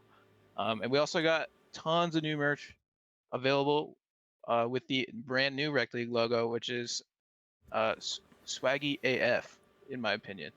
Big swaggy. And speaking of swaggy AF, Slazerbeam getting a swag onto Shu, but Shu trying to get that return trade. But Shu definitely getting the better of it right now. He does, but Slazerbeam actually only being down 7 CS right now, and he has left the game. Slazerbeam has left the game. That was too much action for him. He has reconnected. The pause has come that was in. a lot. Need a quick fiver after that. Yeah. All right. Looks like everyone's ready. I think we'll be restarting in about a second. Real quick DC there, but he's right back in. Yeah, go check out that merch though. Yeah, I and don't you know get if stream I don't- notifications. Is that set up? Yeah, it should be. That's great. Yeah, I Yeah, wasn't. you I should didn't test it show because I didn't all of buy us anything. here that you bought a shirt, and everyone will think you're like top 3 coolest people in the Correct. community. It's true. Big Which is true. a huge honor to be top 3. That's really high. Top 3. Yeah, there's a lot of cool people in this community. Yeah. And also, if you haven't already, go follow Wrecked After Dark on Spotify. We are Spotify official, fam. Let's go. All right, shameless plugs aside, Slazerbeam is just chilling. Oh, but Neil comes in, getting the 2-man. Oh, the 2-man taunt onto Neil, and Shu is gonna spell the end for Shu. But mid laner is gonna trade their lives. Jungler's gonna look at each other, say, "Hey, you look cute today," and then walk away. Yeah. Valve a little more scary because he's gotten his back first to finish the jungle item. Slazerbeam has left the game again. I guess he could not handle pressure. He has reconnected again. I think he came back. I think he pulled himself together. We had some good troubleshooting tips coming out in the chat, in the game chat there. Love Ooh. to see that between teams. Rovian giving them some very good advice here. Maybe restart your router. Maybe. But yeah, I mean, what do you think about this Krugs being the most voted option in the poll for who's going to win this game? Grompers? No, Krugs. Kruggers. Krugs were 100%? Krugs were 100%. 100 people, 100% Oh, I of misread people that for voted sure. for Krugs. 100 people voted for Krugs. They're just the wild card. You gotta vote for the wild card. Yeah. I mean, in terms of Everybody wild card, Underdog. they're only 300 gold down at 12 minutes. Yeah. And it's nice to see the new players win. You know? Oh, okay. They're gonna be more gold down. No flash. What did we here. miss? Oh, there's no Not even flash. close. He gets away. Just That wasn't kidding. even close at all. And you know what? Almost a kill is still not a kill. You don't get gold just for trying. Unfortunately. Nope. Not everybody gets a trophy. Not everybody gets a mug. But Gramonut doing his harassing thing under this tower. Cobalt just Yeah, trying to like that. ignore him. The health Is he, regeneration. is he priming him for a gank? Or sorry, for a dive here? Valve Look at going you. onto this tower. That's gonna go over to them. They're gonna trade an Infernal Dragon. That's a mountain. So It's a mountain soul. Krugs is Alright. happy to see that. Krugs is happy to see it. Cobalt is also extremely happy to see it. This man might never die if he ever gets it. And trust me, they're gonna get it. Those resistances stack up real quick when you're building the items.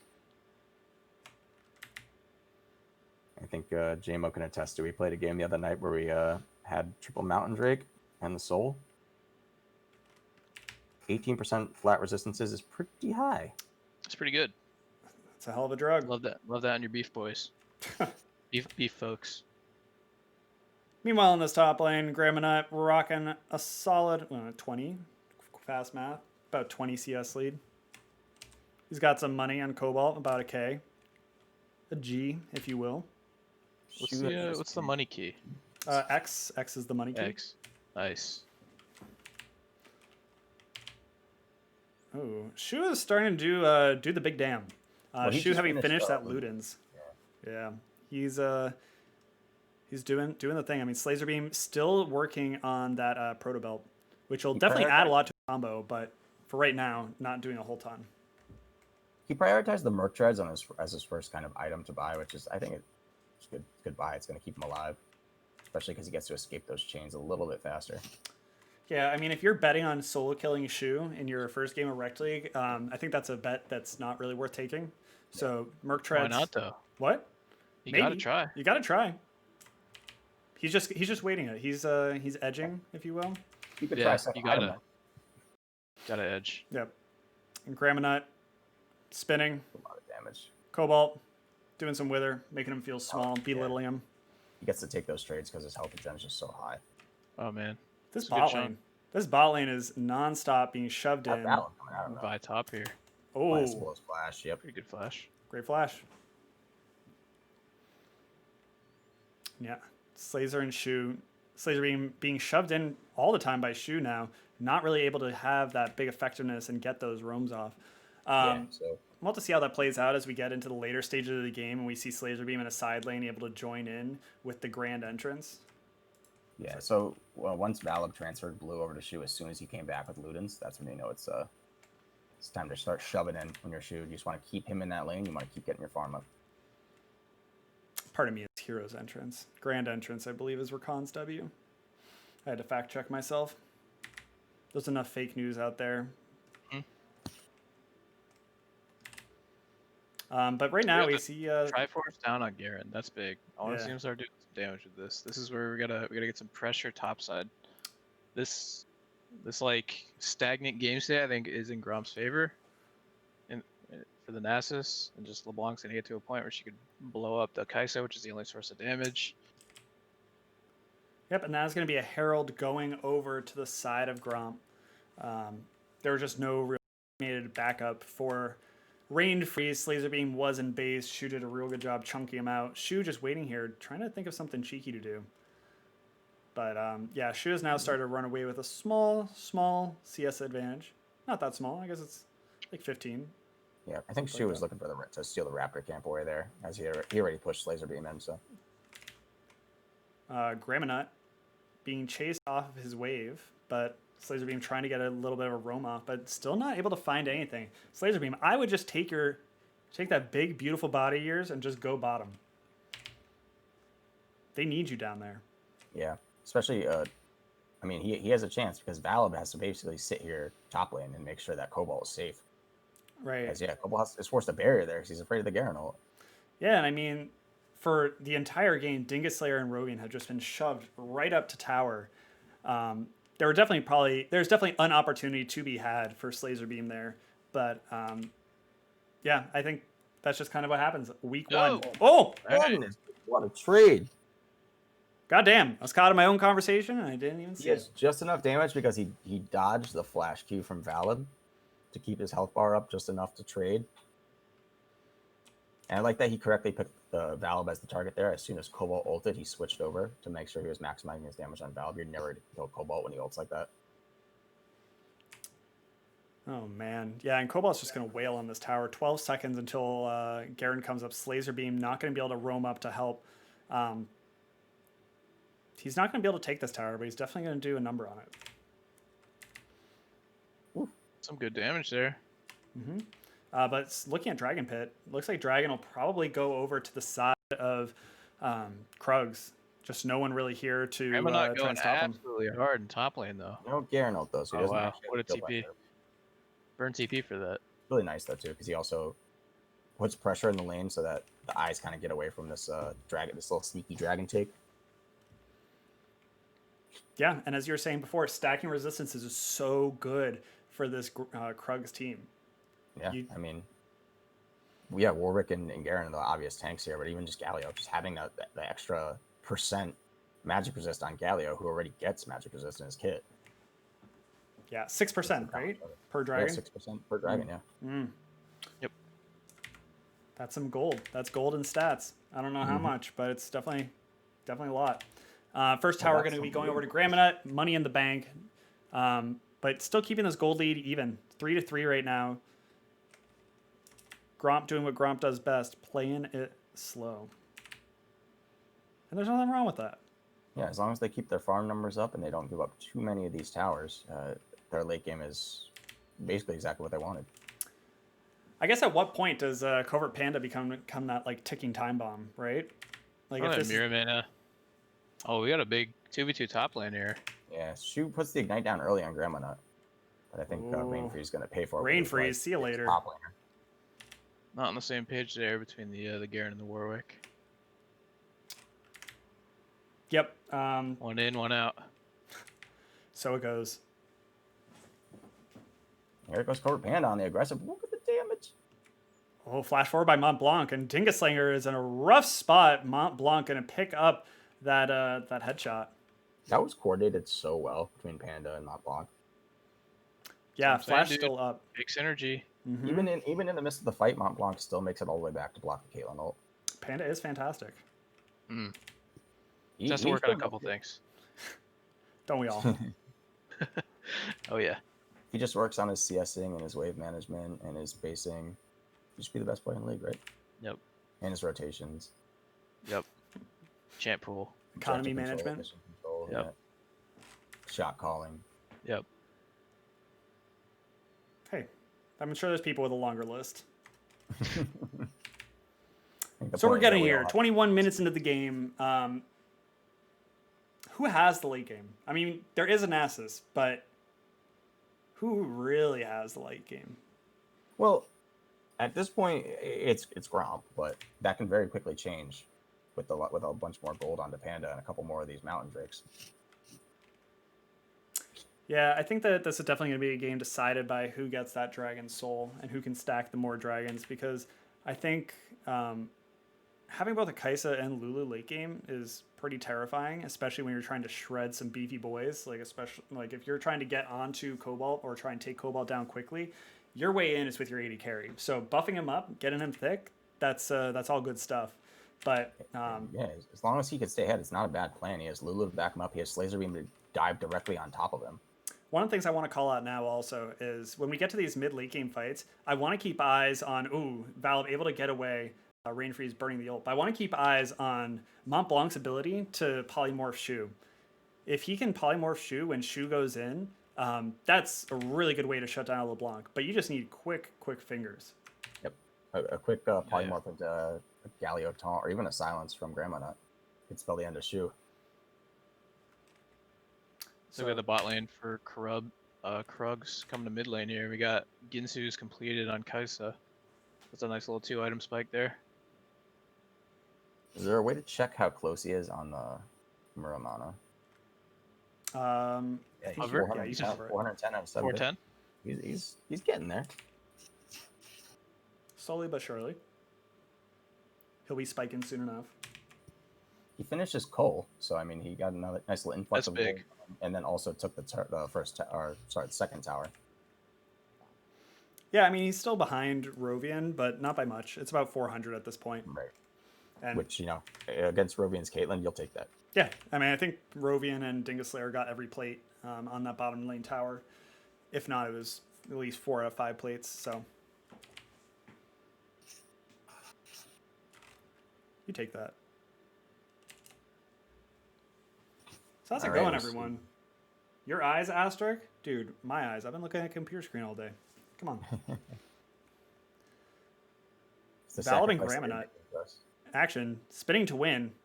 He's going to get out of there. Burning a teleport just to be here for this dragon. Gotta be here for your friends. He teleported very quickly there, not to fight, just to make sure there's presence around this Drake. And here comes Cobalt to follow it. They need to 5v5 here. They want this one. 2 mountains, better than 1 mountain. Expert analysis brought to you by Yeah. James. Absolutely. You kill the Nexus, you win the game. Oh yeah, that's my strategy. Rumor has it. I've never actually successfully done that. Looks like Galio going a little rogue here on the LeBlanc. Big rogue. He's drawing attention away from the dragon. There's a very split fight. It's not what you want to see as Covert Panda. And Rovian is... Rain Freeze is having a time. Rovian's going to take down Graminut. Now they're going to do the impossible task of taking down Cobalt, but they are going to manage to do it. Slazer Beam is taken down. It is just this bot lane versus the world. Can Covert Panda, who is fantastic, take him down? He's going to be able to take down one. No, he is not. Valib is going to withstand it all, and that is going to be a 5 for 1. Nice. And a dragon going over to the side of Gromp. And the Gromp War Machine is in full effect. Oh yeah. 3K. Mont Blanc held that Lulu ult for Panda a little too long. Just no one got on Panda, and then everyone else was dead by the time it came down to it. So he ended up ulting himself, which doesn't feel great. Yeah, it looked okay for Krugs at the beginning there when they were the first ones at the Drake, but a lot of split. It seemed like split calls there. Graminut charging forward into like two people, then Rain Freeze has to come back him up, which separates him from Covert Panda, and then the fight kind of falls apart from there. Yeah, absolutely. I mean, rough first team fight, but hey, you learn from those. Yeah, we scale. Yeah, scale. I mean, that's only the dragons are tied. You still have more dragons to take. There's more barons to take, more farm to be had. We learn. And I mean, had that fight maybe not been so split up, I think it actually would have looked pretty good. Covert Panda was dishing out that damage. He's looking pretty strong. It's kind of like they deviated away from the plan that they drafted. Like, you want to draft this where you put everybody in front of Panda and kind of walk together and let him dish damage out, but instead everybody separates into different directions and Panda's kind of left by himself with Mont Blanc. Mont Blanc at least being the true homie and sticking with the boy.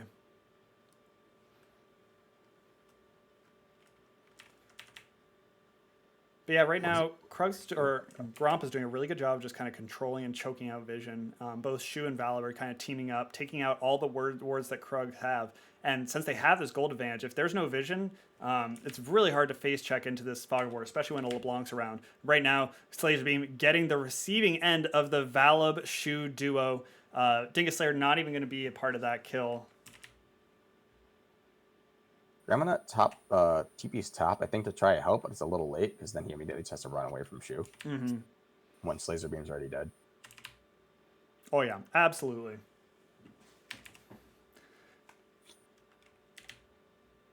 So here we are. 3K gold lead for Gromp. This isn't as bad as I thought, to be honest. This is a close one. Yeah, this is close. This is definitely hashtag winnable. We got Panda 630 stacks on that mirror mana. Manamune on the way to the mirror mana. Finishing at 750. I'm just a platinum 580 carry, but I would love to see one of those 800 gold Grievous Wooden items on him at some point soon, if it's in the budget. Usually not in the budget, though. Definitely on usually. the budget. True. Got to scale. Can't scale with that. The 80 carry sits there and whines and says, but it only gives me 2 long swords worth of damage. Oh, I think man. Panda here does. Oh, That feels bad. And that's just the gradual scaling here of Roby, and you just look at the items he has in the crit cloak. Yeah, it's so much flat AD and crit, which just boosts the power of all of his headshots and the ace in the hole. It does so much damage, and Shu just able to do the majority of the work there. Robian with the easy layup, slam dunk. I just throw a lot of basketball terms. I don't think a layup and a slam dunk are the same thing, though. Free throw. Free throw. Three-pointer. Yeah. Something like that. Something like that. Yep. He's sort of like the point guard of the team. Basically is. Look at all these shutdowns on Gromp. Biggest Slayer. They're all just by the Baron here for all those just four, crushing but it. They'll be able to get there soon. And it was interesting too because Rovian on this pick, like you said, with all that AD and all that farm, was actually holding down mid by himself against 2. While Dingus Slayer got to roam and make the play. That's how they got Slazer Beam in the top. Even with the numbers advantage, it's just so hard to get to Rovian. Mm-hmm. And this Garen's getting really strong. Cobalt's sitting at 500 stacks, though. Is that enough to say, I don't care about you, Garen? He's got nice users calling. Someone's got it. It's still a tough fight. The Garen's just dishing out so much damage. Mm-hmm. Also doubling up on the Phage actives, or passives. Right, the Black Cleaver and Triforce. Yep. Usually you choose one or the other. This man just says, I gotta have them both. I can't decide if I look better in black, if I look better in white. So, gotta have both pairs of pants. Dragon spawning shortly, and I mean, Krugs are just in position here. They've got the vision, they've got the numbers. Let's make a big play. I mean, we only make big plays. I'm here. ready. I want to see a big play. Ooh. See, like, again, Rovian stepping up directly into the front line and just doesn't care. Shoe on the back line. Cobalt's gonna be able to take the blast gun over if he wants for a nice little pinch. Dragon But has he's spawned. still Laser around. Beam's just chilling here. Rovin's Chilling, just waiting, wishing. Gives no fucks, dude. Those. Oh, Big taunt though. Oh big my guy. gosh, what a huge taunt, but he's going to get knocked out of his ult. But is it going to be enough? That's still a ton of damage. No one is on Rovian. Rovian's going to be able to clean this one up. Slazer Beam trying to taunt up as many people as he can. Panda's still alive. Covert Panda is fantastic, but the Dragon might take him down. You got to be careful. Covert Panda doing his best. If you can just get one Kaisa W off, you might be able to pick off someone else, but I don't think that's going to be the case. That was a big team fight for Gromp. It looked close, and I mean, I think that was just really well played by Shu, just kind of creating pressure on both sides of the team fight, kind of forcing people up while people were kind of engaging to the side, and also stopping the Slazer Beam ultimate, the hero's entrance. yeah, That was unfortunate. huge. If he lands that, he does a lot of extra damage to almost all 5 members of the team. Absolutely. did we see what stopped that? Was it a I believe Vaiku it or? was Vaiku. Yeah. Vaiku knock. Is that that or some chains? That's big. Oh, it's the chains. That's 5 head play. It could have been the knockup. I think there's a lot going on. All right, so 31 minutes into the game, par for the course so far for this season of Rec League. This is by far not going to be the fastest season of games we've ever had. But we'll take it. No Ornn. But we do have Nasus. Nasus sitting at 510 stacks.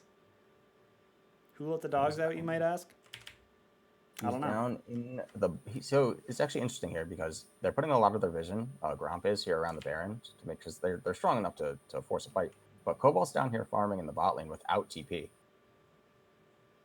But the question is, does Krugs know that? Hopefully. Hopefully. Assuming one of them presses tab, then sure.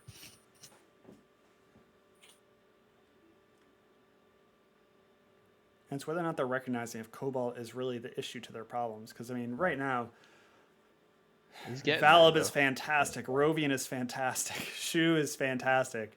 They just need to work on a few things, but not much right now. We got Cobalt at about 530 stacks. He's getting there. Once getting he gets there. time. Getting big. Rain Freeze turns directly around. So I don't want that. Nope. Weird positioning here. Ooh, definitely weird. Teleport coming in. That's even weirder. I'm Where did sketched he out. TP? Oh man, he TP'd The by. bot is trying to make a play on Cobalt. Goodbye, Lulu. I'm Leaving his skeeved out, team man. high and dry there. That one's got me scratching my head there. Gromp's gonna turn right for Baron. Cobalt should get this kill. Oh my god. maybe not. Oh my gosh. No, So no, probably no. kill All right, here. Grandma Nut. I think the Okay. TP is Big Okay. Worth. Okay, that was 5 head there. Knew There- something we didn't. Yeah, It's maybe. kind of what Brian said though. Is Cobalt really the problem there? Because you killed him and you gave Baron up for it. Yep. Almost 1-for-1 too. Almost, yeah. Wasn't even clean. No. As Uh, clean as you'd like it to be. What that was not clean, but they tried their hearts out. Dirty. They made the play. And Grandma Nut's just going to keep falling off, which is the sad fact about Garen, especially into a Nasus. Yeah. So investing more resources into that lane is not really where I see the way to victory. If you can try and get like a nice teleport off to kind of flank and get onto Rovian, then maybe you might have a way to victory there. But you do need to get onto Rovian, and you need to try and find a way to lock down Shu. Right. That's why it's a very interesting call for him to leave his team, literally leave his team in the middle of the fight, to go for Cobalt when they're actually in a pretty decent position to fight 4v4 there. Also, the TP was one of the ballsiest I've ever seen. He TP'd directly in front of Oh yeah. Gromp's face. And they were like, "Okay, you can go. See ya." I think Valib actually looked at him and instead of just charging his Q, goes, "Yeah, let him go." But here we are, 34 minutes into the game. We're still playing it. Tons of towers still stand between these two teams. A Baron buff in the hands of Gromp. Their first of the season, and definitely not their last. 3 dragons sitting in the pocket of Gromp as well. Just that extra sense of security. And Mont Blanc's going to be withered and take some big chunks. Holy damage, Rovian. Relax, man. And they're going to pig pile onto Cobra Panda, who's going to go golden. The hero's entrance coming in is going to knock them all up. A huge taunt.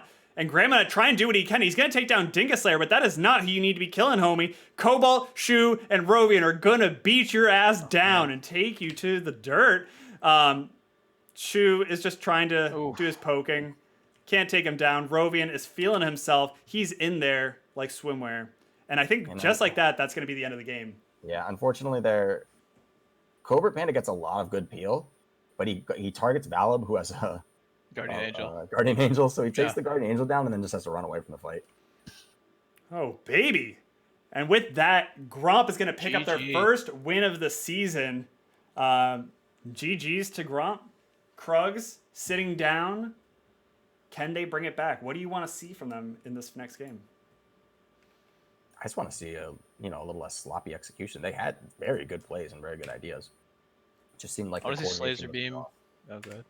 That was it. Its coordination was just a little off. But I mean, Honestly, Laser Beam on a little bit more of a carry. We got the D3 mid laner. Yeah. Let's carry. And he showed flashes in the beginning of understanding the matchups. No offense, I don't think you can carry on a Galio against someone like Shu. We never tried, right? That's not why you picked him. True, absolutely. And with that, we're going to go over to a quick break while we set up for game 2 and see if Krugs has what it takes to clinch and to bring it back. Don't go away.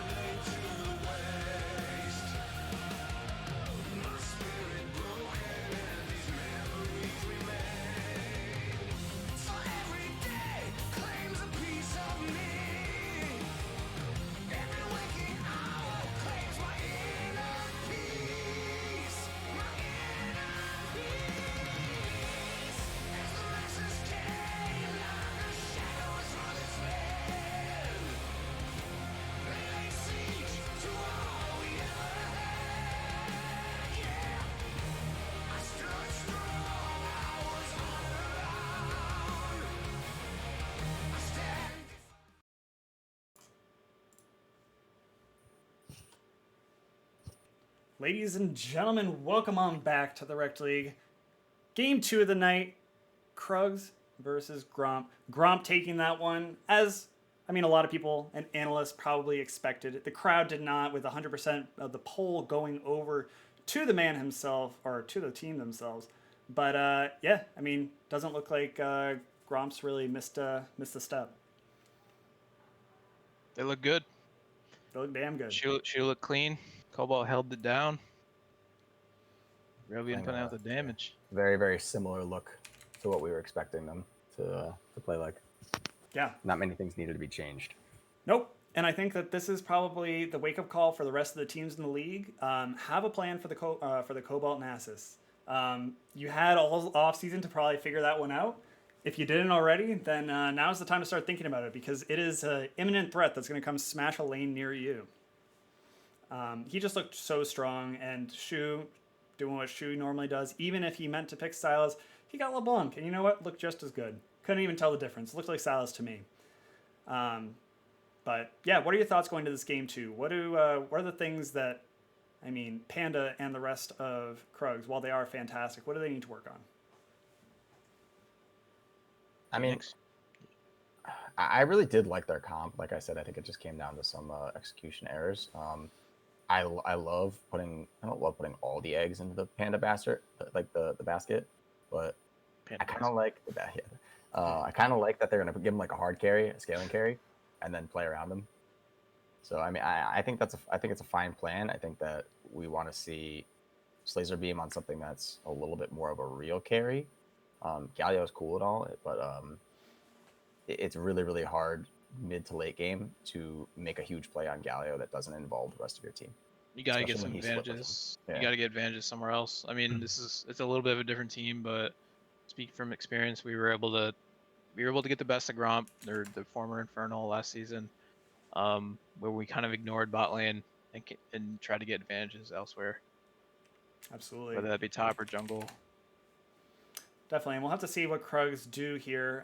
Them switching sides now going to be on blue side. What they have in store for us in Champ Select as we get into it right now. See, ban Nasus. I'm curious. I think Vlad? he dropped the cast ban. Yeah, I'd ban Throw that. Nasus in there. My Yeah, philosophy especially- on Shu is don't let him have Vlad, but have him on something that's immobile that you can try and lock down. Cass, Victor, I think those are fine while he's super good at them. At least you have a way and a plan to try and get on there. But when you have something slippery like, LeBlanc or Vlad or whatever you want, just becomes really difficult to try and shut down Shu. Yeah, as you said, these bans are great because he's really good at these champions, but you can't ban him out. I want to see him take out this Yone. I think he's been working on it. They banned it before you got a chance to pick. But it would be super fun to watch. I doubt they'll go blind on it with him. Well, they saved his pick for a second. Also, I was going to say, with no Nasus ban, we've seen Gromp is very eager to just take it in the first rotation. Yep, and Caitlyn's going to be priority picked away, it looks like. Ooh. Hovering it, thinking about it. Ooh. That's one way There to it deal is. with it, right? Nope, they're going to take away the Caitlyn, which is fine. Teased it. It's good to at least get the Caitlyn, right? You at least get that, so you don't have to worry so much about Rovian, but still got Nasus, still got some other problems that you have to have answers for. All right, still prioritizing Panda with a very strong carry pick.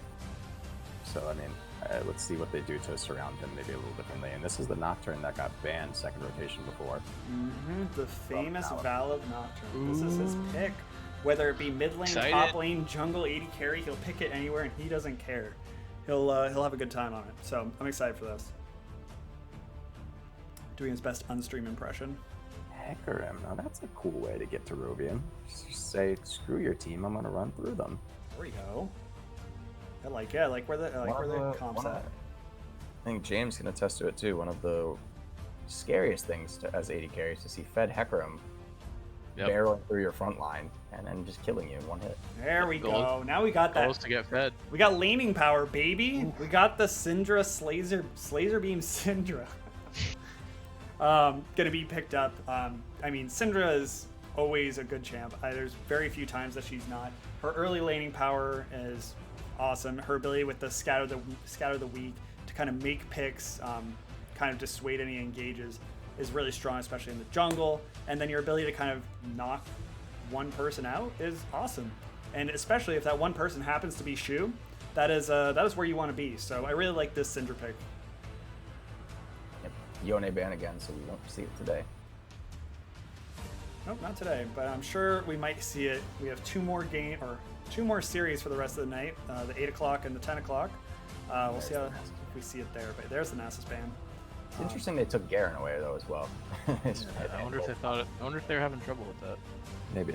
Like Maybe it's comps, something. Maybe it's something that internally. they assumed that Nasus was going to be off the table, so Cobalt wasn't too happy with his other matchups into Garen. So kind of like a just in case. And Malphite. I was gonna say he's gonna pull out the Malphite. He's been playing it. He's been playing a ton of the That's rock. fun. certainly has the Love targets. the rock, dude. That's big. That's big fun. We love I like the that they rock. took Morgana away too. They took Morgana away too before they picked Ashe Malphite, because Morgana into Ashe and Malphite is just like a really nice Ashe support. Malphite Nocturne. That's a good. They're gonna be organized enough to use that well. Yeah, I definitely. imagine. Leona gonna be picked up for Mont Blanc. Good look. I like it. I think that Leona is super strong, especially in Rect League when you're scuffling a lot. Sometimes doing the NA ram. It's just good, clean family fun to have that the solar flare and everything in between that Leona brings to the table. And ooh, some cannon action. And action in the Malphite, and they do get. Yeah, he got the Silas this time. All right, He so went so- and bought it. He went and bought it. definitely feeling a bit silly on that last game, but Shu will inevitably get his Silas. Damn. So, thoughts, initial impressions. I really like this Krugs draft. I think this is very cohesive. It's very strong in lane against their opponents, and I mean even the late game makes a lot of sense to me. Other opinions, thoughts? Yeah, I like it. I think it's kind of funny too that they went with an extremely different draft than the first game. The first game they kind of said, let's go Covert Panda plus the big guys up front. Didn't work out, so they said, all right, throw it all out the window. Let's just do something totally different. Going for lane dominance and a very, very gank happy jungler like Hecarim. I'll be interested to see if Graminut can find those nice flanks into these full team fights that they're gonna probably want. But the team fight from Gromp, it looks pretty scary with the Ashe ult, followed by Nocturne, followed by Malphite, followed by whatever Silas wants to take. Just a Hecarim little ult. scary for sure. Yeah. She's gonna take Or he Hecarim takes his ult own right on cannon the wall. ult, and then Shu finds the flank himself. Yep. Cannon ults right on top of the Malphite. Yeah, this is a terrifying comp from Yeah. Gromp.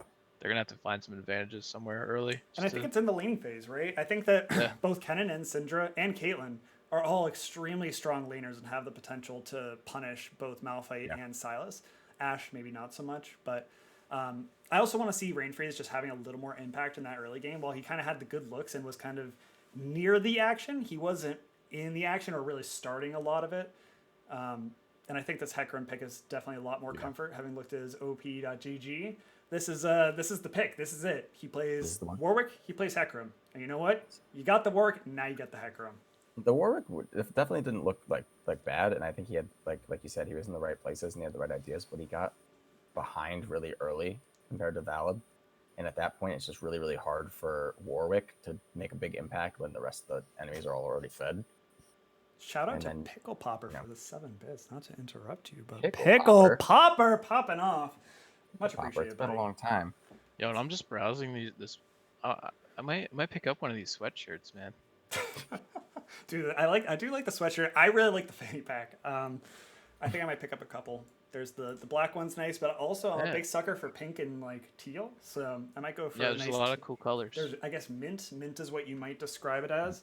But yeah, I'm losing my voice. I guess that's what two series will do. I'm gonna buy the fanny pack.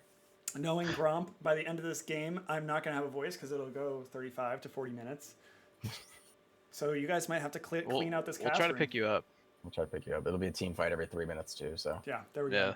go. This'll be So the one where they go before crazy. my voice leaves me and I don't actually have a voice for the shout out, make sure during this quick break that you have the time to go follow both J_Moo at Twitch and the real TL Phoenix at Twitch. Both of them streaming semi regularly, and yeah, go check them out and give them some love.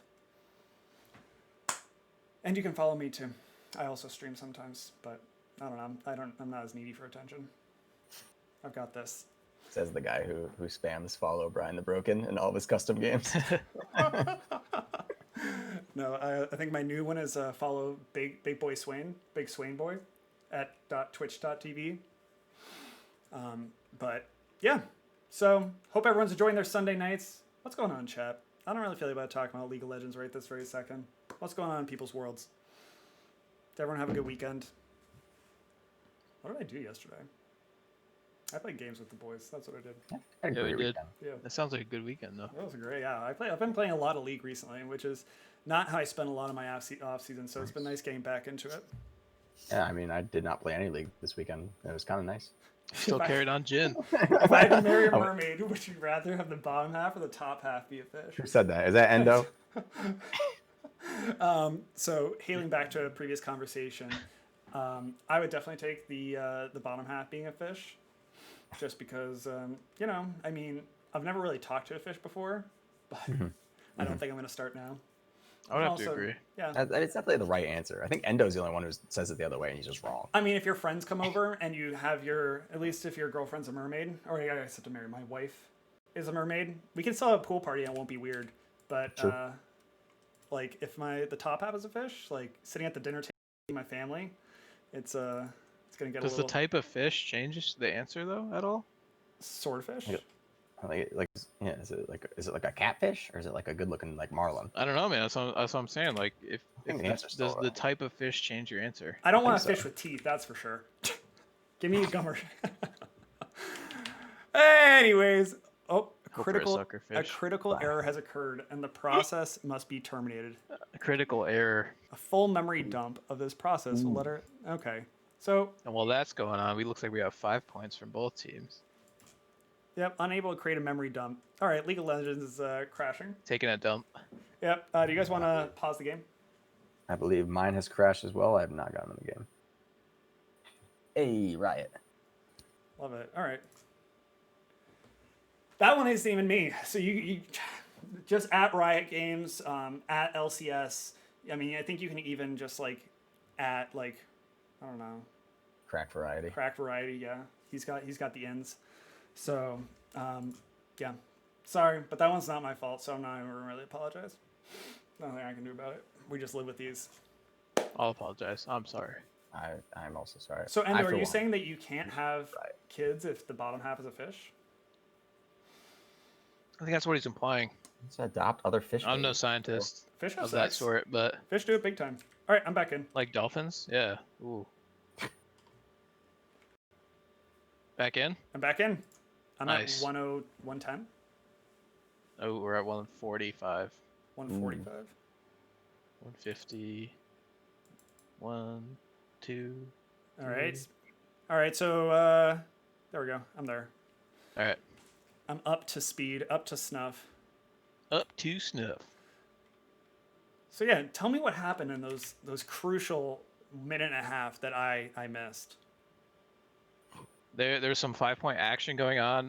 Rovian was spamming the dance emote on that Ash skin, which is quite hype. It plays some nice techno music. You mean the some double S strobe skin? type. Is that what it is? Yeah. Double S Ooh, skin. Slazer Beam. Okay. Doing the big slay. Dude, Slazer Beam's so funny. When I was looking at his op.gg, he's got 2 accounts, Slazer Beam and Beam of Slay. The Nice. man's got He's all one. in on He's that. got one mood. Slay. Slay. It's like- Beam. Beam and slay. them. Beam and Beam. slay. He either slays and then he beams, or he beams and he slays. Dude, I love the Silas pick though. I was kind of considering that today. Did your It'll be- support not have it? No, I just Poor my team Robo. said, hey, pick what you want, and it was just here. Love it. Not wise words for JMO. In the heat of the moment, Rain yeah, but Freeze, Hey. he's feeling himself. Rain Freeze is in here. He's gonna spot out Valib. Dude, good to see that. Dude, he's flexing on him. This Well, horse. he's got his pick, right? Big He's got pony. his pick he wanted. Oh yeah. Yeah, he's just gonna look at him. He's gonna look at him weird. And he's, oh my god, he's coming back in again. He's going back. No. Does he can't do know? it. Does Valve know? He doesn't know. Oh, Man. yeah, Or take it Splash. to him. Put him in the dumpster. Oof. Rain Freeze. And mid's got all the priority, so Shu's not going to be moving over there anytime soon. Beam of Slay, Slazer Beam. And Cobalt's getting brutalized under the tower here, missing farm like crazy. Maybe? Kind of. Well, Little bit? Brutalized? Brutalized. brutalizer, 1,337 gold. Dude, that was a sick item. That item was nuts. Oh, man. true. That Why'd was that go? Gave you like the old school armor pen, right? Yep. Gave you flat pen. It was before lethality was a thing. Yeah. It was just flat armor pen. Hey, cop. Just FYI, the voting's over. So, but you can still vote if you want. We'll take that. That's a mail-in vote. Yeah, it's a mail-in ballot. Consider that. You have to recount. Yeah. Demand. Wants to change his vote to Gromp. I don't know, man. I'm feeling some Krug action. So slow early game. Slays are being I'm out of excited mana. here. I'm excited because I hedged my bets on Rex Stonks. So I'm subtly rooting for Krugs here. Ooh, how did I do? What did I vote for game 1? I think I went for the ocean, right? I must have. If you did, then we didn't disappoint nor please you. It's better than what I can expect from my fish wife. So as we get here, I am out of the game, boys. So that's cool. Like, you could just You like crashed, dude? yeah, I crashed the same as Brian did. So Oh, that's alright. It's sorry. I'm scared now, personally. not letting me back in, so I guess I'm just gonna have to do this. Jamie's gonna carry this cast anyways, like he carries every game of League of Legends. I'm just here to chat. Not today, though. I was just warming up. I was downloading my opposition for the league. Yep. He's just feeling it out. I'm Covert saving my Panda. real good games for a shoe. I will say, Covert Panda getting a real nice CS lead here in this bot lane and doing the shoving. Oh, they're gonna go for this dragon. Hey, they gave him the first pick, and he said, "This is what I want." So I mean, like we Yeah. said, a lot more. I don't know if it's necessarily comfort is the best word, but a lot Ooh, more. but in the mid lane, decisive Slayer picks. being able to get the stun onto Shu as he does the big old chains. Was it the abduct? He abducts in and he gets weaked out. But yep, that's going to go right drag. on over to the side of Krugs. Slayer being doing a really good job of just kind of holding Shu in that lane, not giving him a chance to roam down and cause a scene, as Shu has done before once.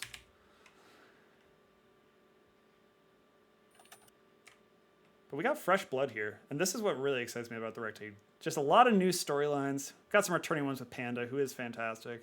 But So fantastic. dude, I'm really liking this new Krugs team. I think you can even if you have better Twitch TV or anything like that, I think you can do ! Wrecked Krugs, and you can show them some love. You can also do it with any of the other teams, but I also want to see if that's true. I set that up earlier. You guys are the covert Panda love, dude. Dude. Panda is fantastic. And it is fantastic. So, tell me about this early game. Jamie, what's going well? What do you want to see happen? Well, we got almost a 20 CS lead in the bot lane. You got Panda on like one of those top tier 80 carries in Caitlyn. This is the Caitlyn v Ashe matchup that you see all the time. Love to see this advantage. Yeah. They're duking it out in mid lane, Slazer Beam and Shu. Just throwing slinging spells back and forth. That's exciting too. So Yeah, being out of the mana, though. CS Shu has all the also mana. All The the CS mana. is even, which Slazer Beam even on the Galio still didn't CS poorly last game. So I mean, Yeah, he needs his book, his law chapter, and it'll be. Yeah. Oh, wait, It'll be Val's going to get Scepter. spotted he does out. have TP. And he's going to waste a pink. Let's see who gets the rotate first from mid, though. If anything, looks like Oh. nobody. Nobody. Val's just gonna be out. Hits Yep. the Krugs a couple times. Slazer says, Beam "Just has win, no just mana. win." He's shoved under his tower by Shu. Valve's going to be out of there, but wasted time, wasted pink ward. Just buys Krugs just a little more time. And Krugs with a huge wave in this bot lane. Yeah, I think Slazer has his TP. He's just gonna go for that lost Yeah. chapter. get the chapter and TP right That back. should be a lot real easy to keep the lane pushed. Oh, man. Especially because Shu already expended his TP, so it's not like you're going like super down the TP advantage by Mm. just getting right back to the lane. He rushed the no magic. That's just like, he's good. That's Wouldn't even think to do that, to be That's honest. really good against Syndra. I follow OPGG. I do what OPGG says. Something They he don't- taught me actually. Was They don't to- say that. So Panda, 73 CS, 8 minutes, 25 seconds. That is bananas. I don't know about you guys, but I find it impressive when I can farm at like 70 CS at 10 minutes. So Panda right now just has a ton of gold. Yeah, he's crushing it. He's got BF already too. I mean, they both have BFs, but Rovian just getting his and coming back to lane. So I think I only farmed this good like once in my life. you know, sometimes it works out, and sometimes it doesn't. Yeah, Good farm days, bad farm days. I had a good farm day today. You know, Did you? that's very Nice. exciting. Yeah. You did, man. Uh-oh. Oh, it stepped for a second. I got nervous. I got sweatier. But Dragon's gonna be coming up soon because they took that dragon so early. The Cloud is so good for Krogs too. But they just want these ultimates as fast as possible. Grandma in this top lane, just not really. Oh, he took the hacker emerald. Oh, super smart. Shu gonna take down Rain Freeze, but Laser Beam needs to flash on either. He is not gonna survive this. Double kill for Shu. Gonna take him down, make him look foolish. Say, "Do not gank me, sir. Do you know who I am?" That's so tough too, because that's such a hard flash to gauge of when you want to flash. Like you want to dodge something and get the distance, but if you do it too late, you're already dead. Yeah, that's a welcome to the Rect League kind of moment when you're a Laser Beam. Yeah, as Darth Ted points out too, Shu did all of that, didn't even burn flash. Damn. Yeah, I mean, that's just kind of the power of Silas, right? If you're farming at a pretty good clip and then you're able to steal like a really strong ultimate like the Hecarim ult, yeah, you got to be making sure that Silas is locked down fair and square by all of your CC, or else you're going to be having a bad time like they were. So Dragon coming up, Valve making moves down to it. He's going to be clearing out some vision here. 100 CS for Panda. Oof, Yeah, at nice. 1020. Dude, He's doing what he can. He's very strong. Panda is fantastic. He's doing his part. Takes a village. He worked on all the things we talked about last game. Yeah, this is the new and And improved learned Panda. them in between games. All right, doing some vision clearing here. They're posturing for this dragon, and I like that. I like it too. I think the Cloud is a really good pickup for them, but also it's a really good denial from Gromp, as they have ultimates they also want to spam. We brought everyone down for this. Yeah, I mean, the less ultimate Shu gets, I'd say the better. Yeah, same thing with Ash Arrow and Malphite ult. You do not want them just having low cooldowns on those. And that is Looks going to like go over it's 2 gonna be dragons. uncontested. Really nice pickup here. It gives Rain Freeze a lot more opportunity to use that Hecarim ult. Yep. And Valib, in response, is going to be taking this this nice Rift Herald. Going to soul this one out. No one's going to really answer him on this. It's going to take him a little while, but... An Ash Arrow did go across the Rift. So there was nothing to catch. I'm not sure he was... Was he looking for... Was that going mid? Yeah, I think he was looking for... There was no Slazer. one mid. Well, I think maybe the idea is if he hits it, Valib just Nocturne ults right in and kills him. Seems like a From waste the if you're pit. going Oh to spend my all that time. goodness. On That's Rift Herald. Silas damage. Yep, Shu is quite large in charge right now. They're going to need the big CC chain that they definitely do have on the side of Krug to be able to kind of lock him down, tie this baby up. He's doing the Shu school of how to beat Syndra too. He's doing all that damage with Merc Treads as his first purchase. So it's really, really frustrating if you're Slazer to come back in that lane and then get chunked, and then you kind of try to fight back and he's just not even taking damage. No, and right now Cobalt actually has the lead in this top lane. I mean, he's at least even. I wouldn't say it's the lead. Yeah. It's like a 3 CS lead for this Kennen, but basically If no you're lead at all. Malphite and a Cannon, that's a lead. Going Yeah, even we is big. take those. Yeah,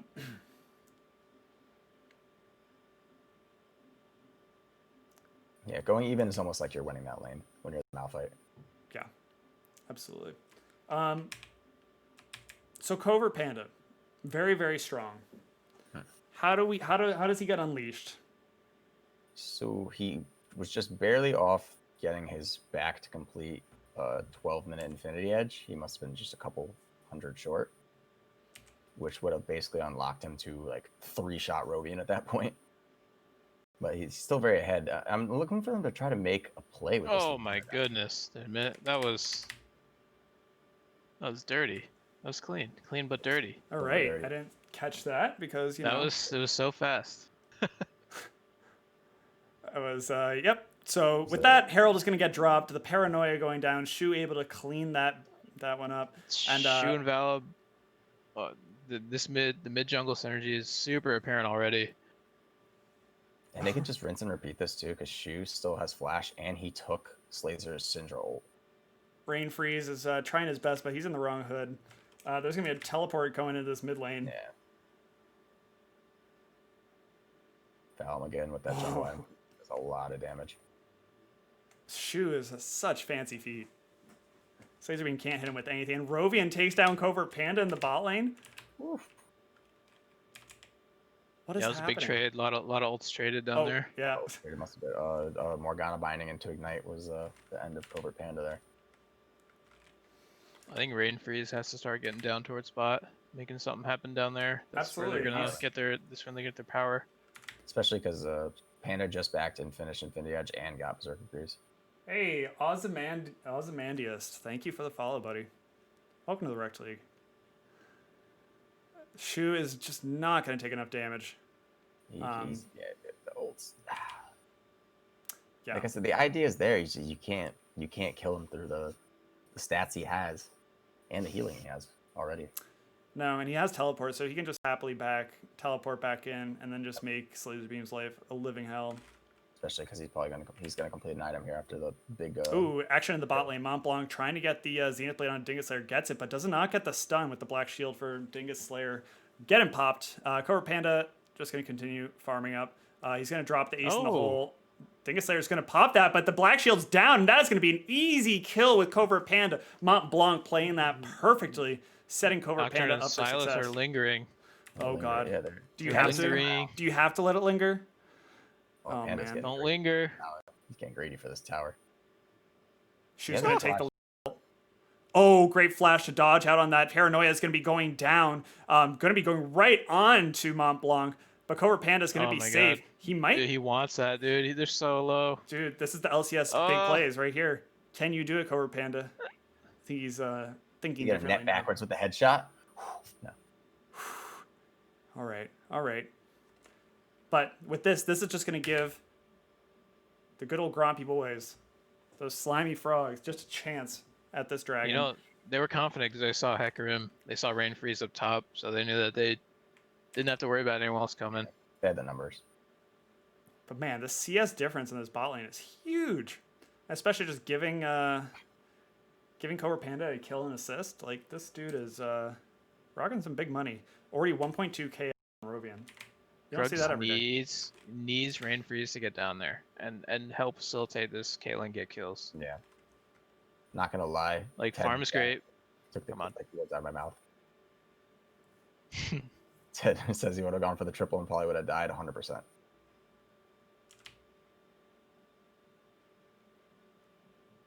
Panda is fantastic. Slazerbeam just kind of chilling in this lane.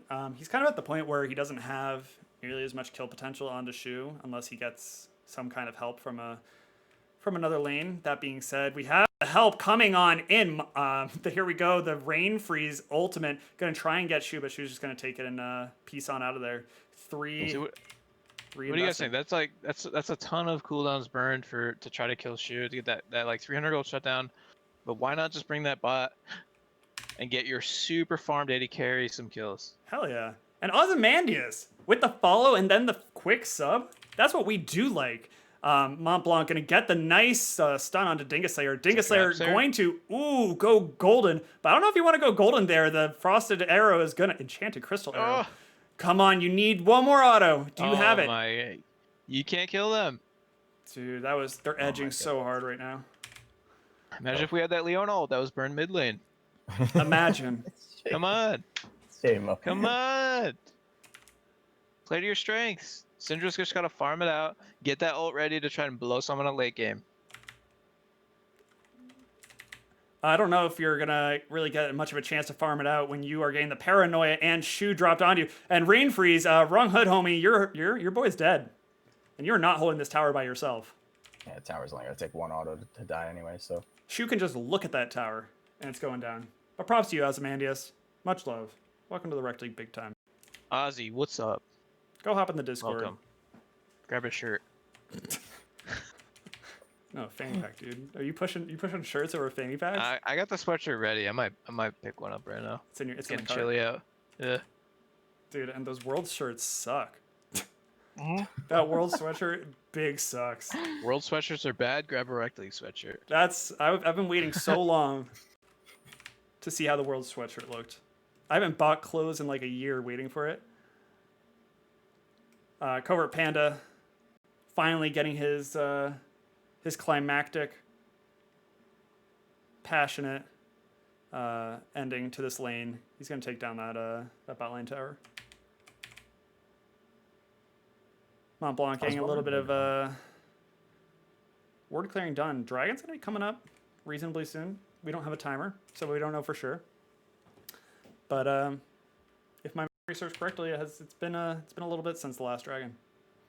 Probably want to deny this ocean from Gromp, as if you give them 2, then again you're just getting to the point where it's super, super hard to burst anybody down. This Syndra. Ooh, The bot lane run the top. Or no, it's just Morg. are we gonna see any paranoia Valid with action? them. I'm just getting Every paranoid all watching up Valid. for Gromp. Yeah.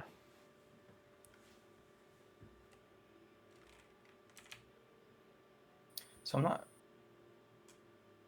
sure. What was that roam looking for? Maybe Grandma Nut, but he backed up kind of instinctively and Yeah, I think so. walked back towards the tower. So Yeah, I mean, if he can just dash on out of there, there's not a whole lot of follow-up that can be done. Especially if Grandma Nut can try and flash out of the Malphite ult.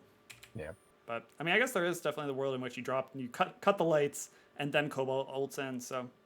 I don't know, they just didn't feel confident about it. They didn't want to burn that. Make that kind of play. Ooh, teleport coming up top. Oh god, shoes on the hunt. This is not looking good.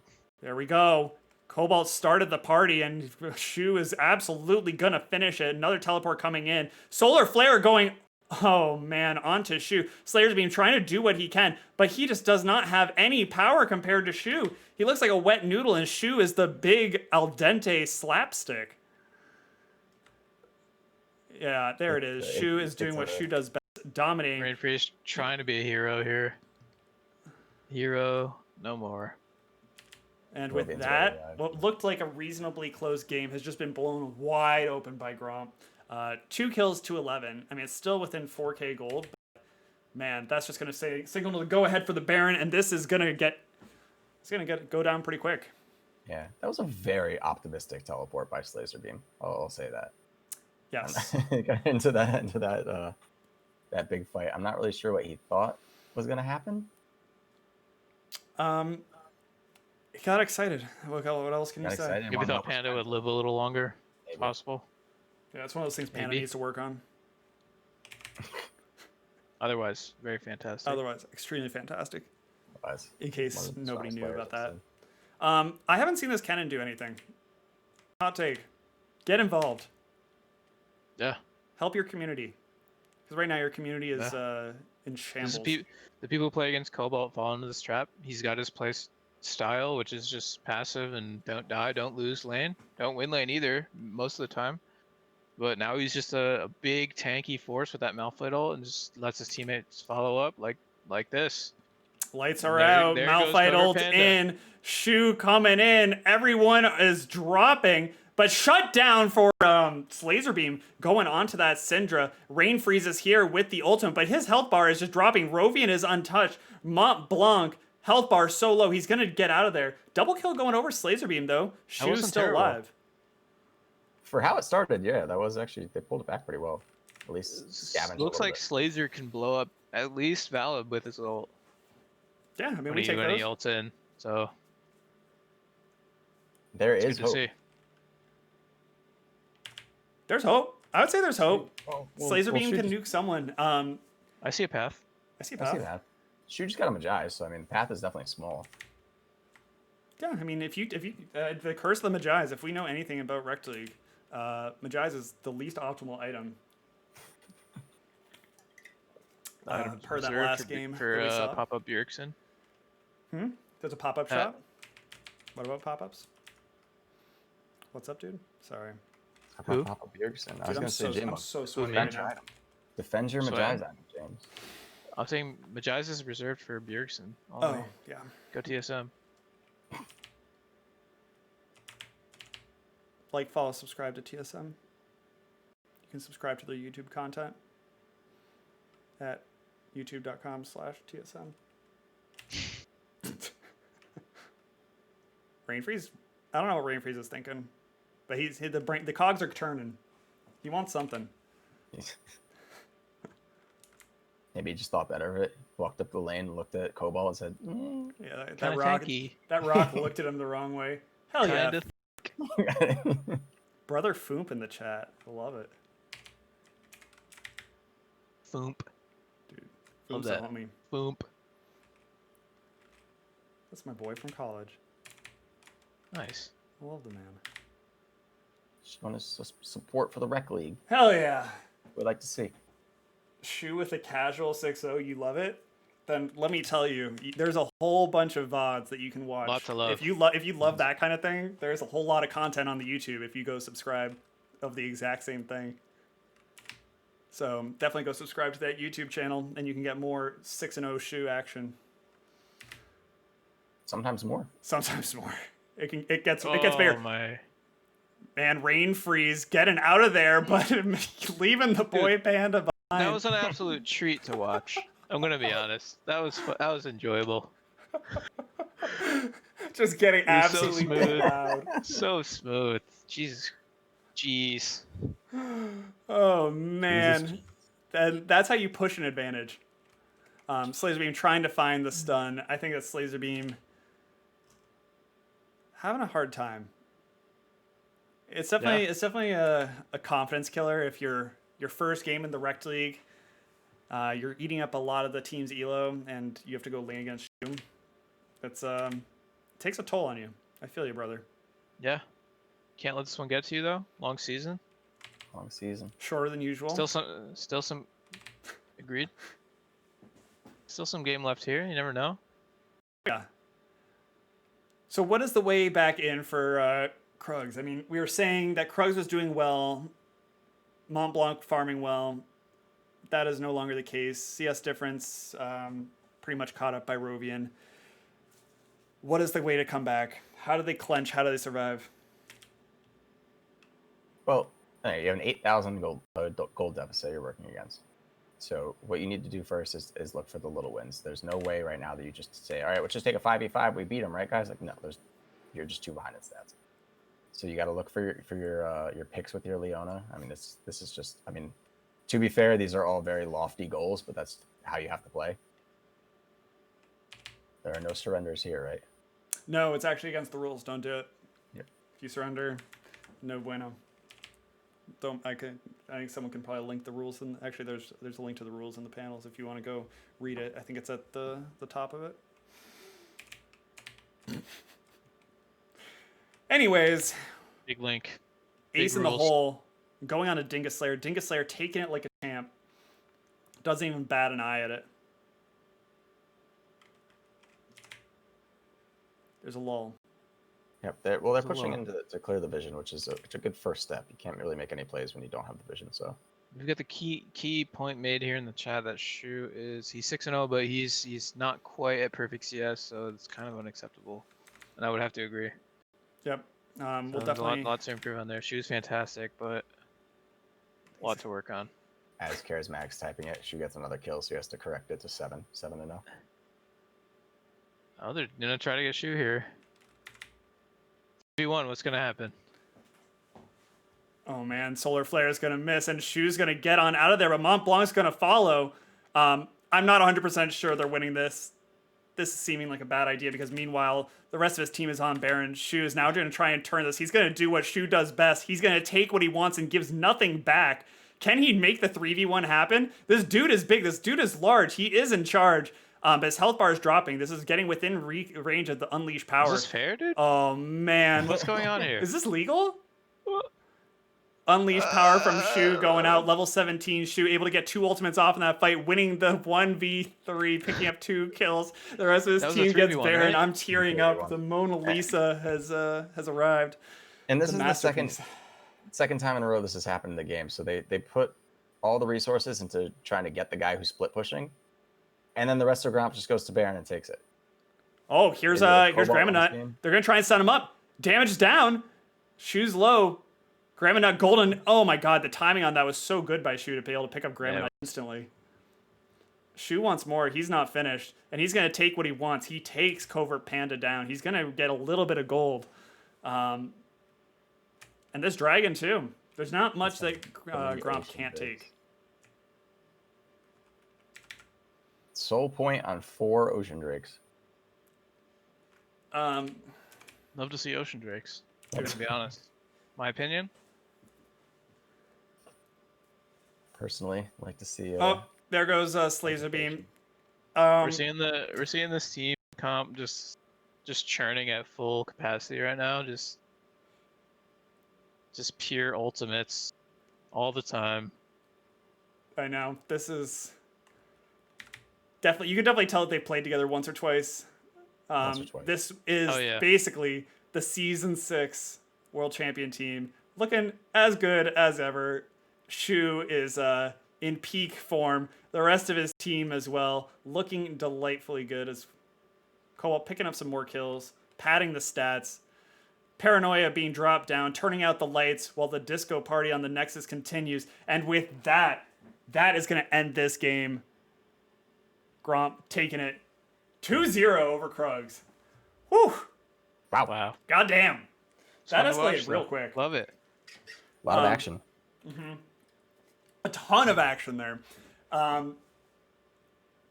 Shu is pretty fat. Pretty fat. You could say that. You can say 11-0. And I think he had full stacks on his Magi's by the end. Yep. That was very clean. They played their style. They played their style. And honestly, shocker to everyone, this just in, Gromp actually has the fastest winning game time of this season so far. I know. Oh, no. It's a new storyline. New year, new team. So definitely looking good on that. Interview. Who do you want to talk to from the side of Gromp? Got to give it to one person. Who are you going to give I'm it to? thinking, how about Dingus Slayer? First game in the league. Dude, Slayer. hell yeah. I'd love to hear See how what he it's felt like on the Gromp squad. I would performed very love well. nothing more than to talk to the man, Dingus Slayer himself. Can someone grab him for me and ask him? While we have this little bit of lull, you guys should all continue to follow Jmu. Which way? That way? You're Oh, good. my Yep. camera's frozen. Correct. So camera there. That way? That way. Follow Jmu and then the real Teal Phoenix F duh on Twitch so that they can Phoenix, I don't know how many followers you have. You have some. I don't know. Jmu I has like many because Jmu's like extra popular, but Jamo's the most handsome in the rec league, voted 2 years in a row. So it's true. The man's got a really good voice too, and his personality is all right. So Yeah, working on that. yeah, I mean, you have a lot less to work on than Panda, so who is fantastic. Cool. Is someone grabbing that guy, Mr. Dingus Slayer? You can just drag him on up into. do I have the power to? I'm gonna drag. You drag? I can do that now. Okay. Yeah. You're a big boy. Oh, Dingus. No, it's gonna ruin the There he is. cameras. Oh, we're just gonna go back to this. Did we ruin? Hello? What's up, buddy? Hey, how's it going? Congratulations on the 2-0. Phoenix, I'll Oh, fix your thank face. you. Hell yeah, brother. So tell us a little bit about that, your first experience in the Rec League and what it was like playing with the Season 6 finalists and actual Season 6 champions. Honestly, they're all really great guys. Like, they have been really accepting of me being a fairly new player to the game, and I've actually just been learning a lot just from playing with them. So, like, one thing we've been focusing on a lot is communication during all of our games, and a lot of us had a little bit of trouble with getting into that at the beginning, and I feel like we've been getting a lot better at it now, just listening to each other and going for objectives when the moment's right.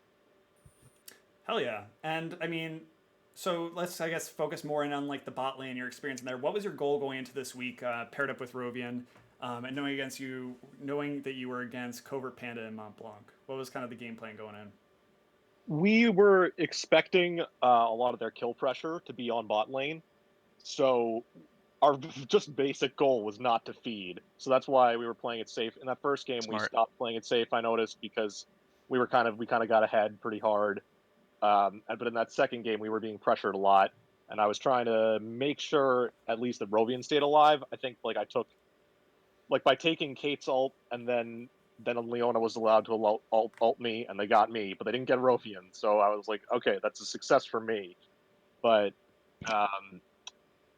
yeah, effectively our goal was just to just try to play it safe, make sure they didn't get too many kills in the bot lane so that they couldn't overpower us in the late game.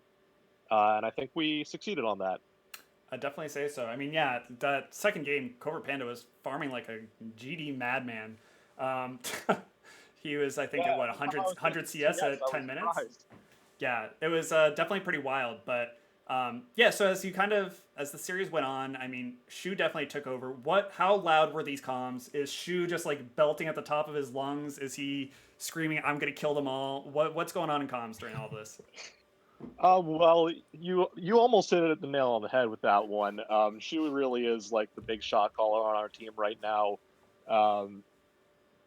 Like if there's an eject, like when everyone was ganging up on him in bot lane, that's why we were able to get Baron. He realized that he's just Baron, and we just went for it, and that ended up working out because all of their focus had gone to him, and he even lived that fight. So I'd say he's making Sure the right calls. He did more I'll than say. live. The dude grew wings and flew. He soared. He soared real high. Yeah, he really did. What do you got him? What do you got for the man, Dingus Slayer boys? Justin, you got anything? I got nothing. I just want to say there were fun games to watch. I like the style of League of Legends you guys are playing, and congratulations on the win. It was really nice. Yeah, Thanks so much. I know you were filling in, but I'm sure Spence will be back soon. But are you excited to kind of keep showing your stuff in the sub Thursdays coming up? Oh yeah, absolutely. I've been practicing a lot of top lane with this team because we were actually expecting Cobalt to maybe not be in this week, but support is my main role, so it was good to get back in that and to feel a little bit more secure. But maybe in the sub league, I'll try a little bit more top lane. Hell Nice. yeah. Well, with that being said, we are going to have sub leagues starting this Thursday after Wrecked After Dark. Bentage, thank you for the follow. Much love, buddy. We're going to be having sub leagues starting on Thursdays. That is going to be kind of like our way of getting more people involved in the league.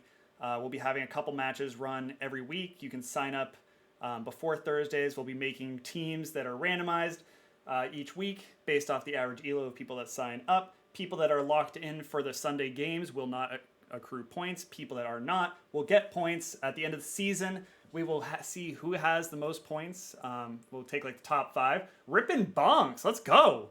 Getting a nice follow train. I'd love to see that. But yeah, so if you want to get involved in that, head on over to the Discord. We have some links down below in order to join. We'll be putting out some messages shortly about signups for that. And yeah, much love to everybody. Go check out the shop down below as well. Like, follow, subscribe, all the things. And thank you very much. Pack. Yeah. Get a fanny pack. Thank you very much to the very handsome and delightfully eloquent Jamu and Phoenix. Much love, buddies. Thank It was you. great fun. Yep. Great fun. And with that, I'm See you going guys on to Thursday. I'm going to turn off the stream so that the man Adoma can pick it up and take you into the next series of the night. I'm going to go shower after all shoes